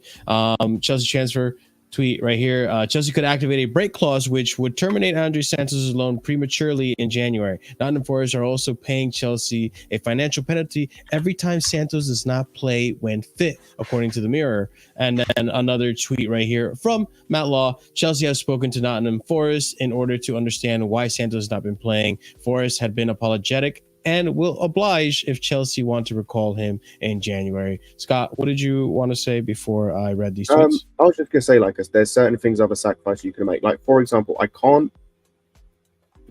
seem to find it. Oh, no, never mind. I was wrong. Ziyech's contract. I just want to say, man, listen, this guy has been busy, in his personal life, having, getting his girlfriend pregnant. Well, that's the most active he's been in the last 6 months. Santos? Yes. So that's why he's been busy, man. You know what I mean? Not on the pitch though. So the thing with the Santos thing, right? Though we should recall it. What's the next step agree. after that? But this comes back to the planning thing of what's the next step after that.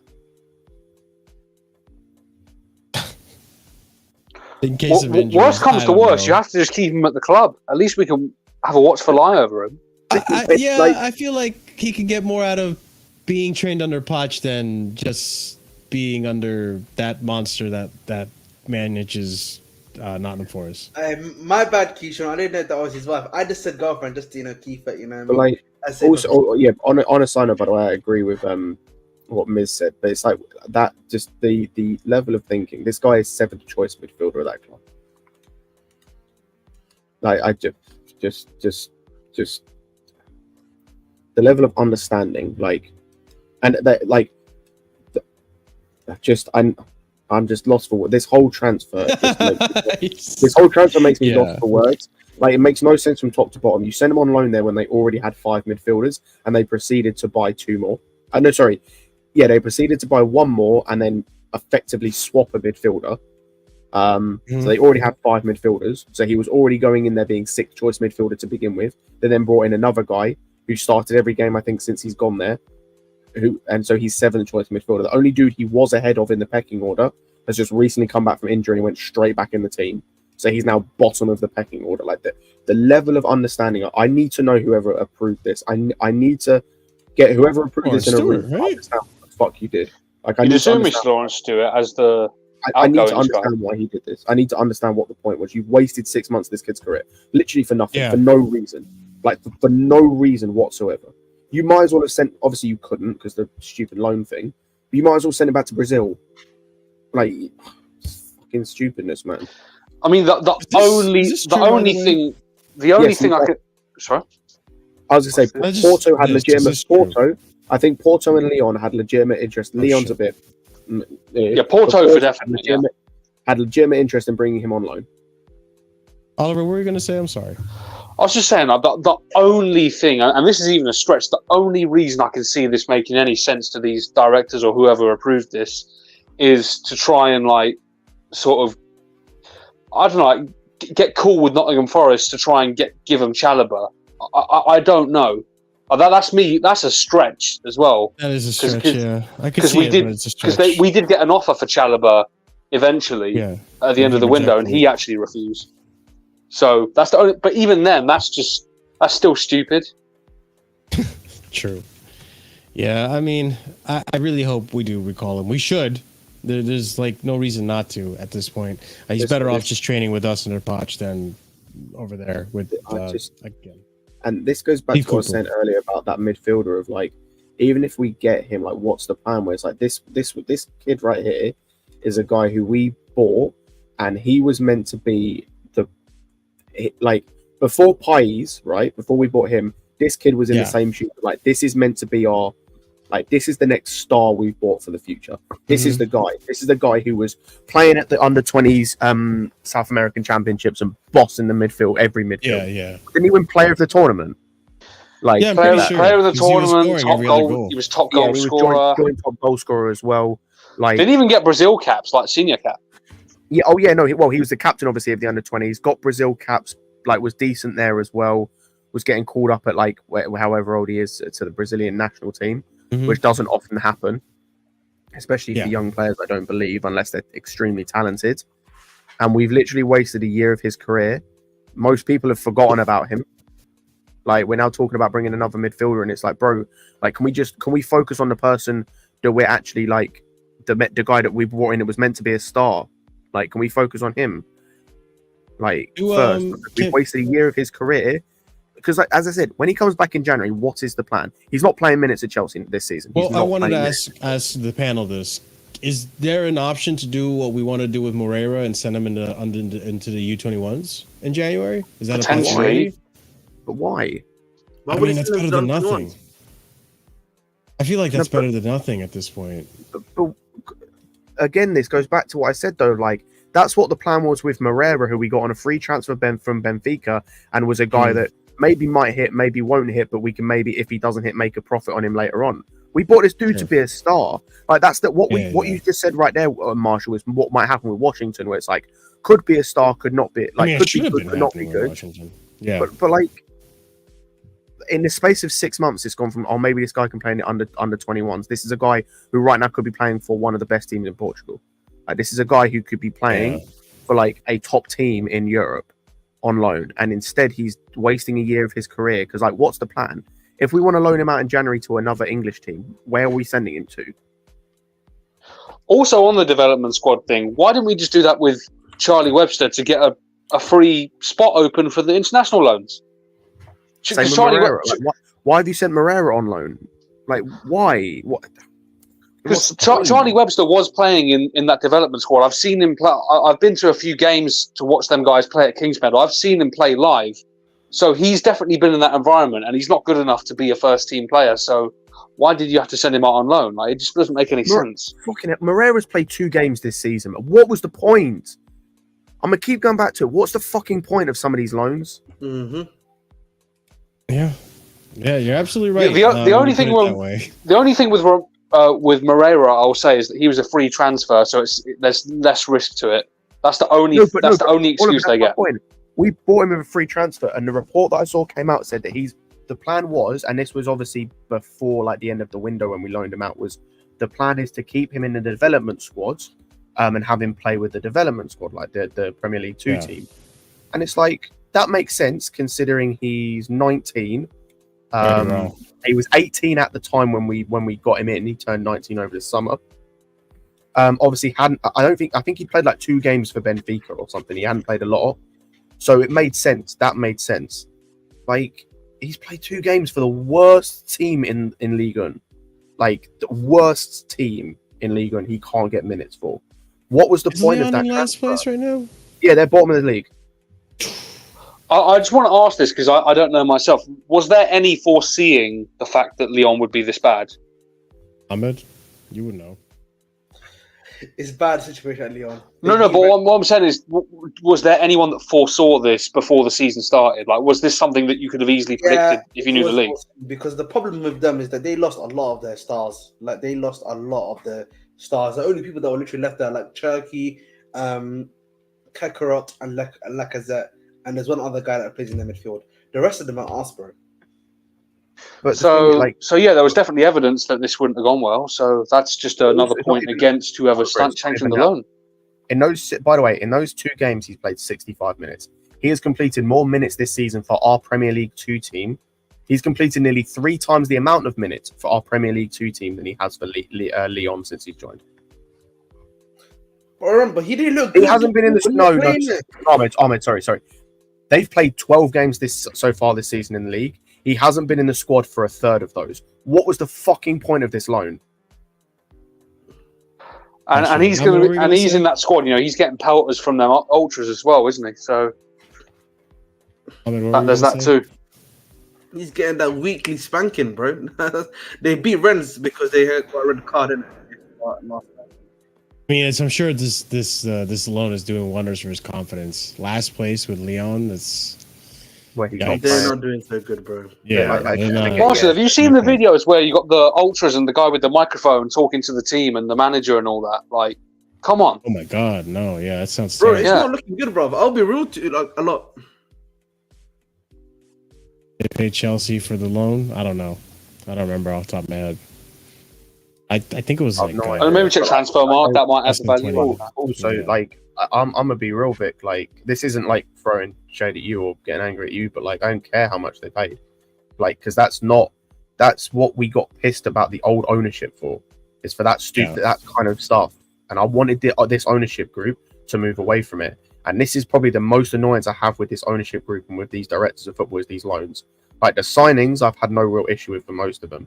I can find some faults in the signings, depending on certain things, as I've had to think about the last few days, and there's a lot going on in my head about that, debate with certain conversations I've had with people. But like, these loans are horrifically bad. Forget the domestic ones, because there's a bunch of people at a bunch of clubs. I've got no real idea how Peterborough United are doing, for example, and whether Zach Sturge is playing or whatnot. I don't care. But like, when it comes to these international loans, they are like gold dust at the moment. With how many young players we have, talented young players we have, like, and how much we need these guys to develop, either to have them in the team or to sell them for huge profit. These international loans are like gold dust. And as I said earlier, just going through them, Slonin is having a terrible. I don't know how bad a time he's having, but he's conceded 28 goals in 12 games, and he's playing for like the third worst. I don't know if he's playing well or not, but as I said, he's playing for the third worst team in Belgium. Like, they're getting battered like most games. You've got Kepa, I'm ignoring, that was fair enough. You've got the Charlie Webster one I've been through. Ziyech is what it is. Fofana is playing for the worst team in Germany currently at the moment, and it's like he's in and out of the team. Maybe back in the team now. Yeah, got sacked. He may be in the team more now with the new interim manager, but who knows? That I don't really blame on the ownership. He started quite well. They'd also lost a striker, I think, as well, so there was a space there. But then you look, Angelo, fantastic. Can't fault him for that. Lukaku makes sense. Moreira is a waste of time. Like, there's 3 loans there, 3 international loans potentially there that there was no point in doing. You didn't need to do. Like, you didn't need to do them. And that's 3 places. That's Washington. That's potentially Ugochukwu, probably not. That's Santos to get game time. And then maybe one other. I can't think of anyone else. But you've got maybe one in your back pocket you could use in January for maybe like a Moscardo if we get him, or someone else. Could maybe send Madueke on one of those. Potentially. Or you send Leslie. Or if Lavia becomes fit and starts playing more and he looks good, you send Leslie out on loan to a French league team, maybe to Strasbourg. But like, there's no, like, in January now, like I said, even when some of these guys come back, right, say you terminate Santos's loan. I don't know whether you've included a break clause in Webster's loan, in Moreira's loan. There's no planning going forward. You've given yourself no wiggle room. So just piss. Listen, like, this is as I said, sorry, before you go, Marshall, last point. This is a legitimate issue I have with the directors and the owners. I don't have many. This is a problem I have with them. Hey, I'm just gonna say, Scott, you just cooked, bro. Like, damn, goddamn. Big up. Just made myself deaf, but big up. Jesus. Yeah, Jesus Christ. I mean, it's spot on. It's frustrating to see how these loans are turning out. Of all the loans, the only ones that really stand out are the Angelo loan and potentially. I mean, I need to do more research on the Cassidy loan. At last I checked out, the Cassidy loan was going well, but now you're telling me probably not. So, but like, it's frustrating. Loan, even if it's going well, that's a domestic loan. Like it's literally the three you can point to. I think the 3 or 4. Let's include him as Cassidy, Hutchinson, Humphreys, and Angelo, and only one of those 4 is actually an international one. The rest are domestic, all in the championship. I'm hoping, like previously, this is a learning curve for the board. Obviously, they're seeing what's happening to their top level talent in Andrey Santos at Forest, and maybe need to start considering smarter loans going forward. But let's move on to the next topic. And before we do, as always, guys, smash up the like buttons. Let's try to get to 40 likes. We're at 37. Let's talk about a potential rumor. And again, this is a rumor. Let's take it with a pinch of salt because the source isn't necessarily the most reliable. But there is no smoke without fire sometimes. And we're going to go ahead and talk about this. Silva potentially staying. Let's see what this is about. So first got here is Thiago Silva could end up extending his Chelsea stay by at least another year because he intends to stick around until his 15-year-old son Isago's contract with the club academy runs out in 2025. There have been rumors about this as well. Who knows? But let's continue on. Then we have Simon Phillips reporting earlier in the week that Fluminense president Mario Betancourt on Thiago Silva. I continue with his desire to bring him in for the brilliant player he is, for his high performance at his age, that he's a great tricolor. I'm sure that one day he will play for Fluminense again. And I think Thiago Silva even came in a response that that is an option. Hey man, he's gone, man. Well, let's see. Thiago Silva could end up extending his Chelsea yada yada. Let me just read this actually. Could end up extending his Chelsea stay for at least another year. Also, all thanks to his teenage son. The 39-year-old veteran is out of contract at the end of the season, and Brazilian club Fluminense are once again trying to bring their former player home to South America. He later confessed that his two sons, Isago da Silva and Iago da Silva, do not want to live in his homeland, indicating his family are happy and settled in London. Which, listen, even though this is from the Mirror, I could see that being a very feasible reason why he extends another year, if given another option, or just doesn't go to Fluminense and retires at Chelsea. I mean, take it with a pinch of salt because it is the Mirror. But do you think there's... I think this season is his last season. It doesn't matter if he goes to Brazil. Regardless. Yeah. I mean, he has been improving since the beginning of the season. He didn't start off too hot. The club needs to move on. I agree. The team needs to. It doesn't matter if he's improving or not. He can improve at Fluminense if you like. He can improve at another London team if he wants to. But this is his last season at this club. Simple as that. Listen, you say that, but I feel like you failed to bring into consideration what if he improves and once again this season is our best center back, despite Badiashile, which we discussed last time. It's time to still Hold on, let me land. I know we have to phase him out, and I'm going to give you that, right? But if we're trying to make a top 4 run, we're trying to be more solid defensively. If he improves, he ends up being our best defender and helps us get to the top 4. Next season, start to play him less and less. Have him be a someone in the locker room. I feel like that's not a bad option either. Again, time to move on. I disagree with you completely. He needs to be phased out by the end of the season, realistically. Me personally, if you're asking my opinion on this, I wouldn't mind keeping Silva next season, but it has to be the John Terry role of 2016-17. You know, he has to be phased out by the end of the season. Scott, I think we talked about this last time. I think you're in favor of what Ahmed's saying. It's just phase him out this season. Start giving Badiashile minutes, right? You still feel the same way? Yeah, like realistically speaking, outside of the big games or the games where teams are going to come out and press you a little bit more, or maybe just in big games, I don't know. He shouldn't be playing. Like the centre-back partnership should be Badiashile and Disasi. You've got Badiashile back. start bringing him back into games. Like against Newcastle, I'd play Badiashile. I'd bring him back into the team, even if it's just for 60 minutes. And yeah, start phasing him out. It's nothing against Silva in terms of his ability. I do think he is. I think he's regressing a little bit this season in comparison to like what he was. I'm not saying he's bad, not, but it's like a couple of seasons ago he was best centre back in the league. I don't think he's that anymore, but that's not to say he's bad. But yeah, also just as I said, we shouldn't be relying on a guy that come the end of the transfer window next summer will be 40 years old. Mm-hmm. So like we're that's cause for concern. We're like nearly half a year away, or like we're nearly half a year away from this guy being 40. So I just you can't be relying on this guy to be playing as much as he is and to be involved as much as he is. Mm-hmm. And I think it's a little bit ludicrous, and I put this more on the manager more than anything else, that we are still relying on him as much as we are. 100%. Yeah, I mean, I think it is time to phase him out as well.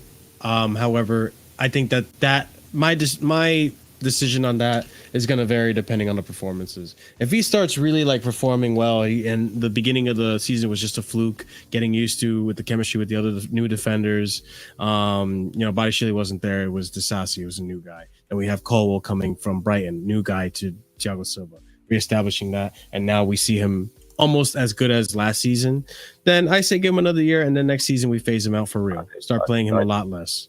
So that's just where I stand with it. I think even if the performances are good, like I'm still phasing him out, because like I don't want to hit a point. Stop depending on him. Yeah, it's not even that. I don't want to.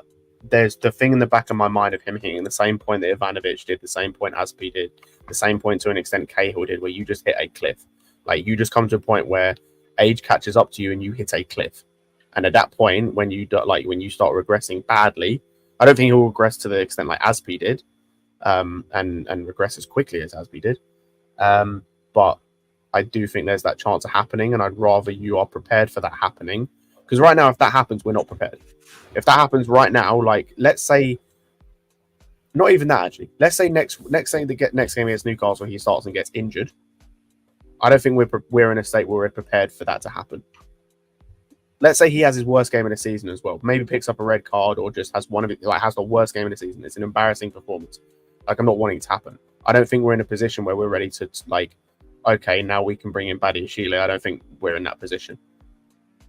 I don't think you're in that position with the injuries more than the injuries, but also the fact that like him and Disasi haven't played together for a couple of years or a year or so, and it's in a new team, a new league, so you want to get that cohesion back together. So yeah, I don't think if something were to happen right now where you had to suddenly take Silva out of the team, I don't think you could rely on someone coming in and it clicking straight away necessarily. So I'd rather just start preparing for that now. I see what you mean.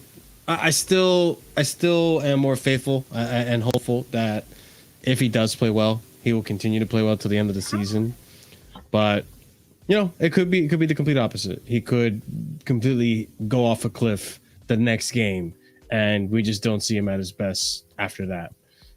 Very much like Aspi, like you mentioned. But time will tell. I think Poch does like to rely on him a lot because of the experience. But we shall see what happens when our team, I guess, is fully fit. Even though Badiashile is fit. Martinez, so as long as it's not Lautaro Martinez, we're okay. As long as you don't bring him in. All right. Last topic. As always, guys, thank you so much for being here. Be sure to smash up the like button. This has been a long show. I didn't realize how much we had to talk about and how much we were going to talk for. But hey, that's the content that we're going to give you guys during international break when it's dry as it is. So big up. Make sure you are smashing up the like buttons, and thank you for being here. Last topic that I want to bring up was our boy, our Chelsea wonder kid, the boy with the actual dream, Gallagher, and new contract talks about him. What'd you say? I said eat shit. All right, let's talk about Gallagher. Here we go. Conor Gallagher was not afraid admitting that he could have left Chelsea last summer. It's what comes with being at a top club like Chelsea. In a way, I was excited, but needed to make sure I was ready to show the manager I was still good to play in this team. Then, Conor Gallagher, I'm sure the new contract will get itself sorted out. Everyone knows Chelsea is my club, and I love playing for them. The fans are brilliant. I'm loving right now, and I'm sure it will get itself sorted out. Then, Fraser Fletcher. Sources have confirmed that Conor Gallagher wants to sign a new contract with Chelsea, but the club have yet to offer him one at this stage.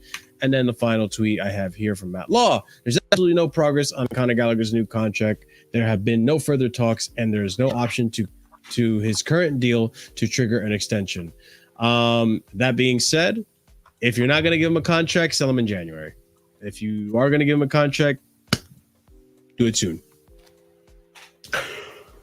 Also, don't overdo it either. I don't want him to be on Reece's wages and stuff. Like, I think he can get a respectable. That's what Alexis's video was about earlier. How much we should pay Conor Gallagher? Probably 125. 125 a year, or what's he on now? I think right now he's on 1 million a year or 2 million a year, or something like that. Conor Gallagher contract. I think he's on 80K a week, if I'm not mistaken. Trying to see.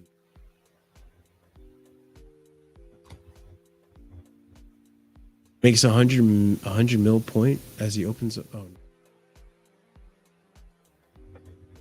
transfer market values him at 40 mil.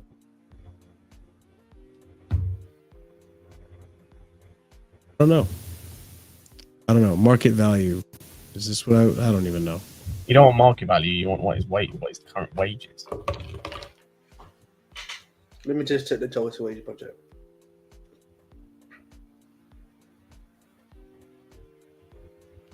Oh shit! Conor Gallagher current wages. This is good content. Current wages, 2.6 million. Okay, annual average salary of 2.6 million pounds. 50K a week. He's on 50K a week. 50K. Oh, okay, yeah, you can double that. 100K a week. You could probably give him 100 110. That's it. Yeah, that's probably what you're looking for anyway. Makes sense. 50 million pounds, 50 to 7 million pounds. I would say. I think it's. I don't know if I'd. Well, Caicedo's on 7 million right now. Can you just? No, he's right now. He just doubled the wages so that he gets 100K a week. Yeah. Also, can you do it like weekly, please? Like talking weekly wages, bro, not yearly. I can't do that. We don't do net here, man. We don't do net wages. Sorry. And in pounds sterling, yeah, not in dollars. I don't know. Sure, let's just say 100. I'm not gonna do math right now. Sorry. You know what? Let's just do that to me. Whatever you do, man, whatever you do in dollars, it's what's it called? Just add 25% more to make it in pounds. No, I was trying to do dollars. I was just trying to see how much that is in a week. Well, Ahmed, how much you say he gets paid in a week right now? Apparently, it's 50K a week. Yeah, if you doubled that, then yeah, that's about 5 million a year, so about 100K a week. Yeah, I would say you could probably even argue he can make 120 a week or something. No more than 150. I said 100 to 110, 125. 100 to 125 range is fine for him. I think there's leverage to make him happy and want to stay in the club. Because at the same time, you can obviously add those. What is it? Those bonuses they've been adding on top of that. Incentive, performance incentive is. Yeah.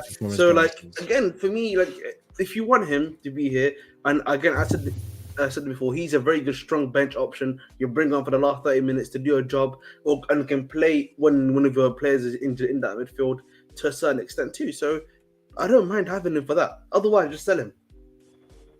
Yeah, I would say if you're not interested in giving him another contract, just sell him this January. We can get how much do you guys think we could actually at most get for him? Again, at 40 to 50, between 40 to 50. At most, I think that's the minimum.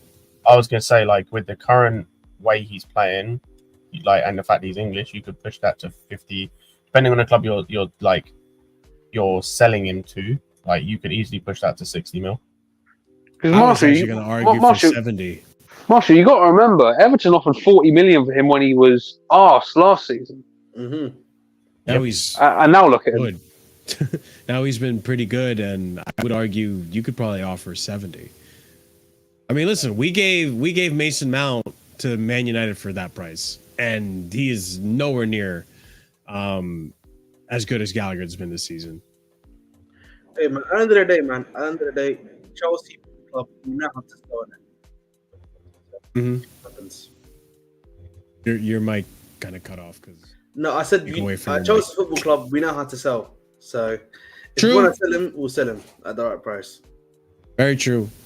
I mean, listen, if we do sell him, I'll be a little upset we sell him, but at the same time, we just talked about the whole midfield issue with the youth coming up. There's no room for these players. Where are we sending him out on loan? Like, we're already stacked up, so I wouldn't miss him. Yeah, he's been good. I would like to keep him and see how much he can improve, because it seems like game after game he's getting better. Even the progressive passes and the forward passing that we were criticizing him about in the summer, even he's improved on that. And it's just drastic night and day difference between the Gallagher we're seeing now versus the Gallagher we saw last season. And Poch is doing wonders on this kid amongst other players in the team. So I am curious to see where his ceiling could be, right? But at the same time, 50 mil, that's a good amount of money to get for him. Minimum, I would say. If we can get 70, I am over the moon. That's great money. I mean, good for FFP, and we have Osimhen to target in the summer. My opinion in terms of selling him, like this is the same. This isn't just Gallagher. This is the same thing with every single player that we sell. I'm not going to be upset unless you don't upgrade on him. If you get me a better player, then there's no reason to be upset at all. Mm-hmm. I mean, that you would argue that that's essentially what we hope Lavia is going to be, right? That he's going to step up and be that great midfielder. Because I heard the argument that you would want, and I'm sure you guys agree, you would want to put Caicedo in that position and in that role that you have Gallagher in right now, and put Lavia in that in Caicedo's place instead of having him as a 6. And if that works out, that's perfect, I would say. So I think that would be a great Caicedo to replace Gallagher in that position. I think is solid. We'll see. I mean, any final thoughts on this? Right. I mean, I'm fine to give him a contract. I've said this in previous streams.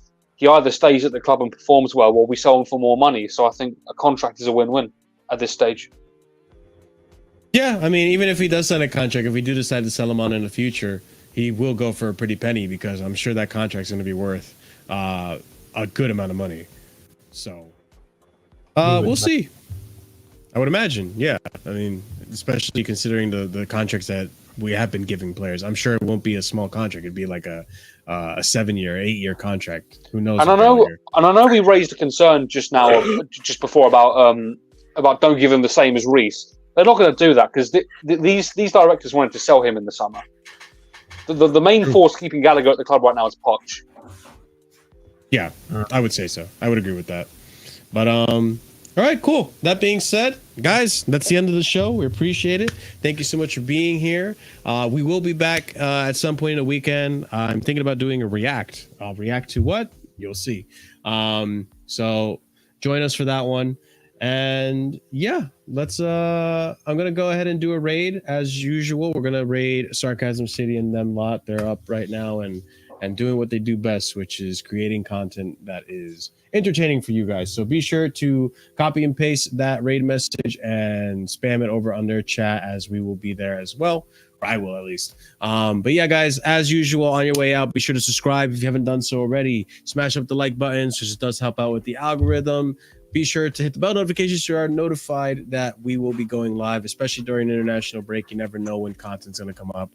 So be sure to hit the bell notification. You don't miss out on that. Also, check out the links in the description for my link tree, for Discord, Twitter, Ahmed's channel, the Sarcasm City channel, all good channels to go watch. And also leave a comment down below to let us know your thoughts on everything we discussed today. It was a jam-packed show, so I hope you guys do enjoy it and find something to talk about in the comment section section below. And before we end, as usual, give a shout out to the proper casual, tiered, and higher members, which goes out to OG, Turbo Jesus, Dark, Scott, Adrian, Will, A. Solomon. You guys are awesome and appreciate the support and the long-lasting support. It's been a while since you guys have been on that list, so big up to you guys. I appreciate it, and big up to the rest of the members in chat. You guys are awesome. Be sure to, come back, hit the bell notification. Like I said, enjoy those emojis you got. The more members we get, the more emojis. But that being said, off to Sarcasm City. Thank you guys so much for being here. Have a wonderful night, and big up to the panel as well. We'll see you guys next time. Peace and stay casual.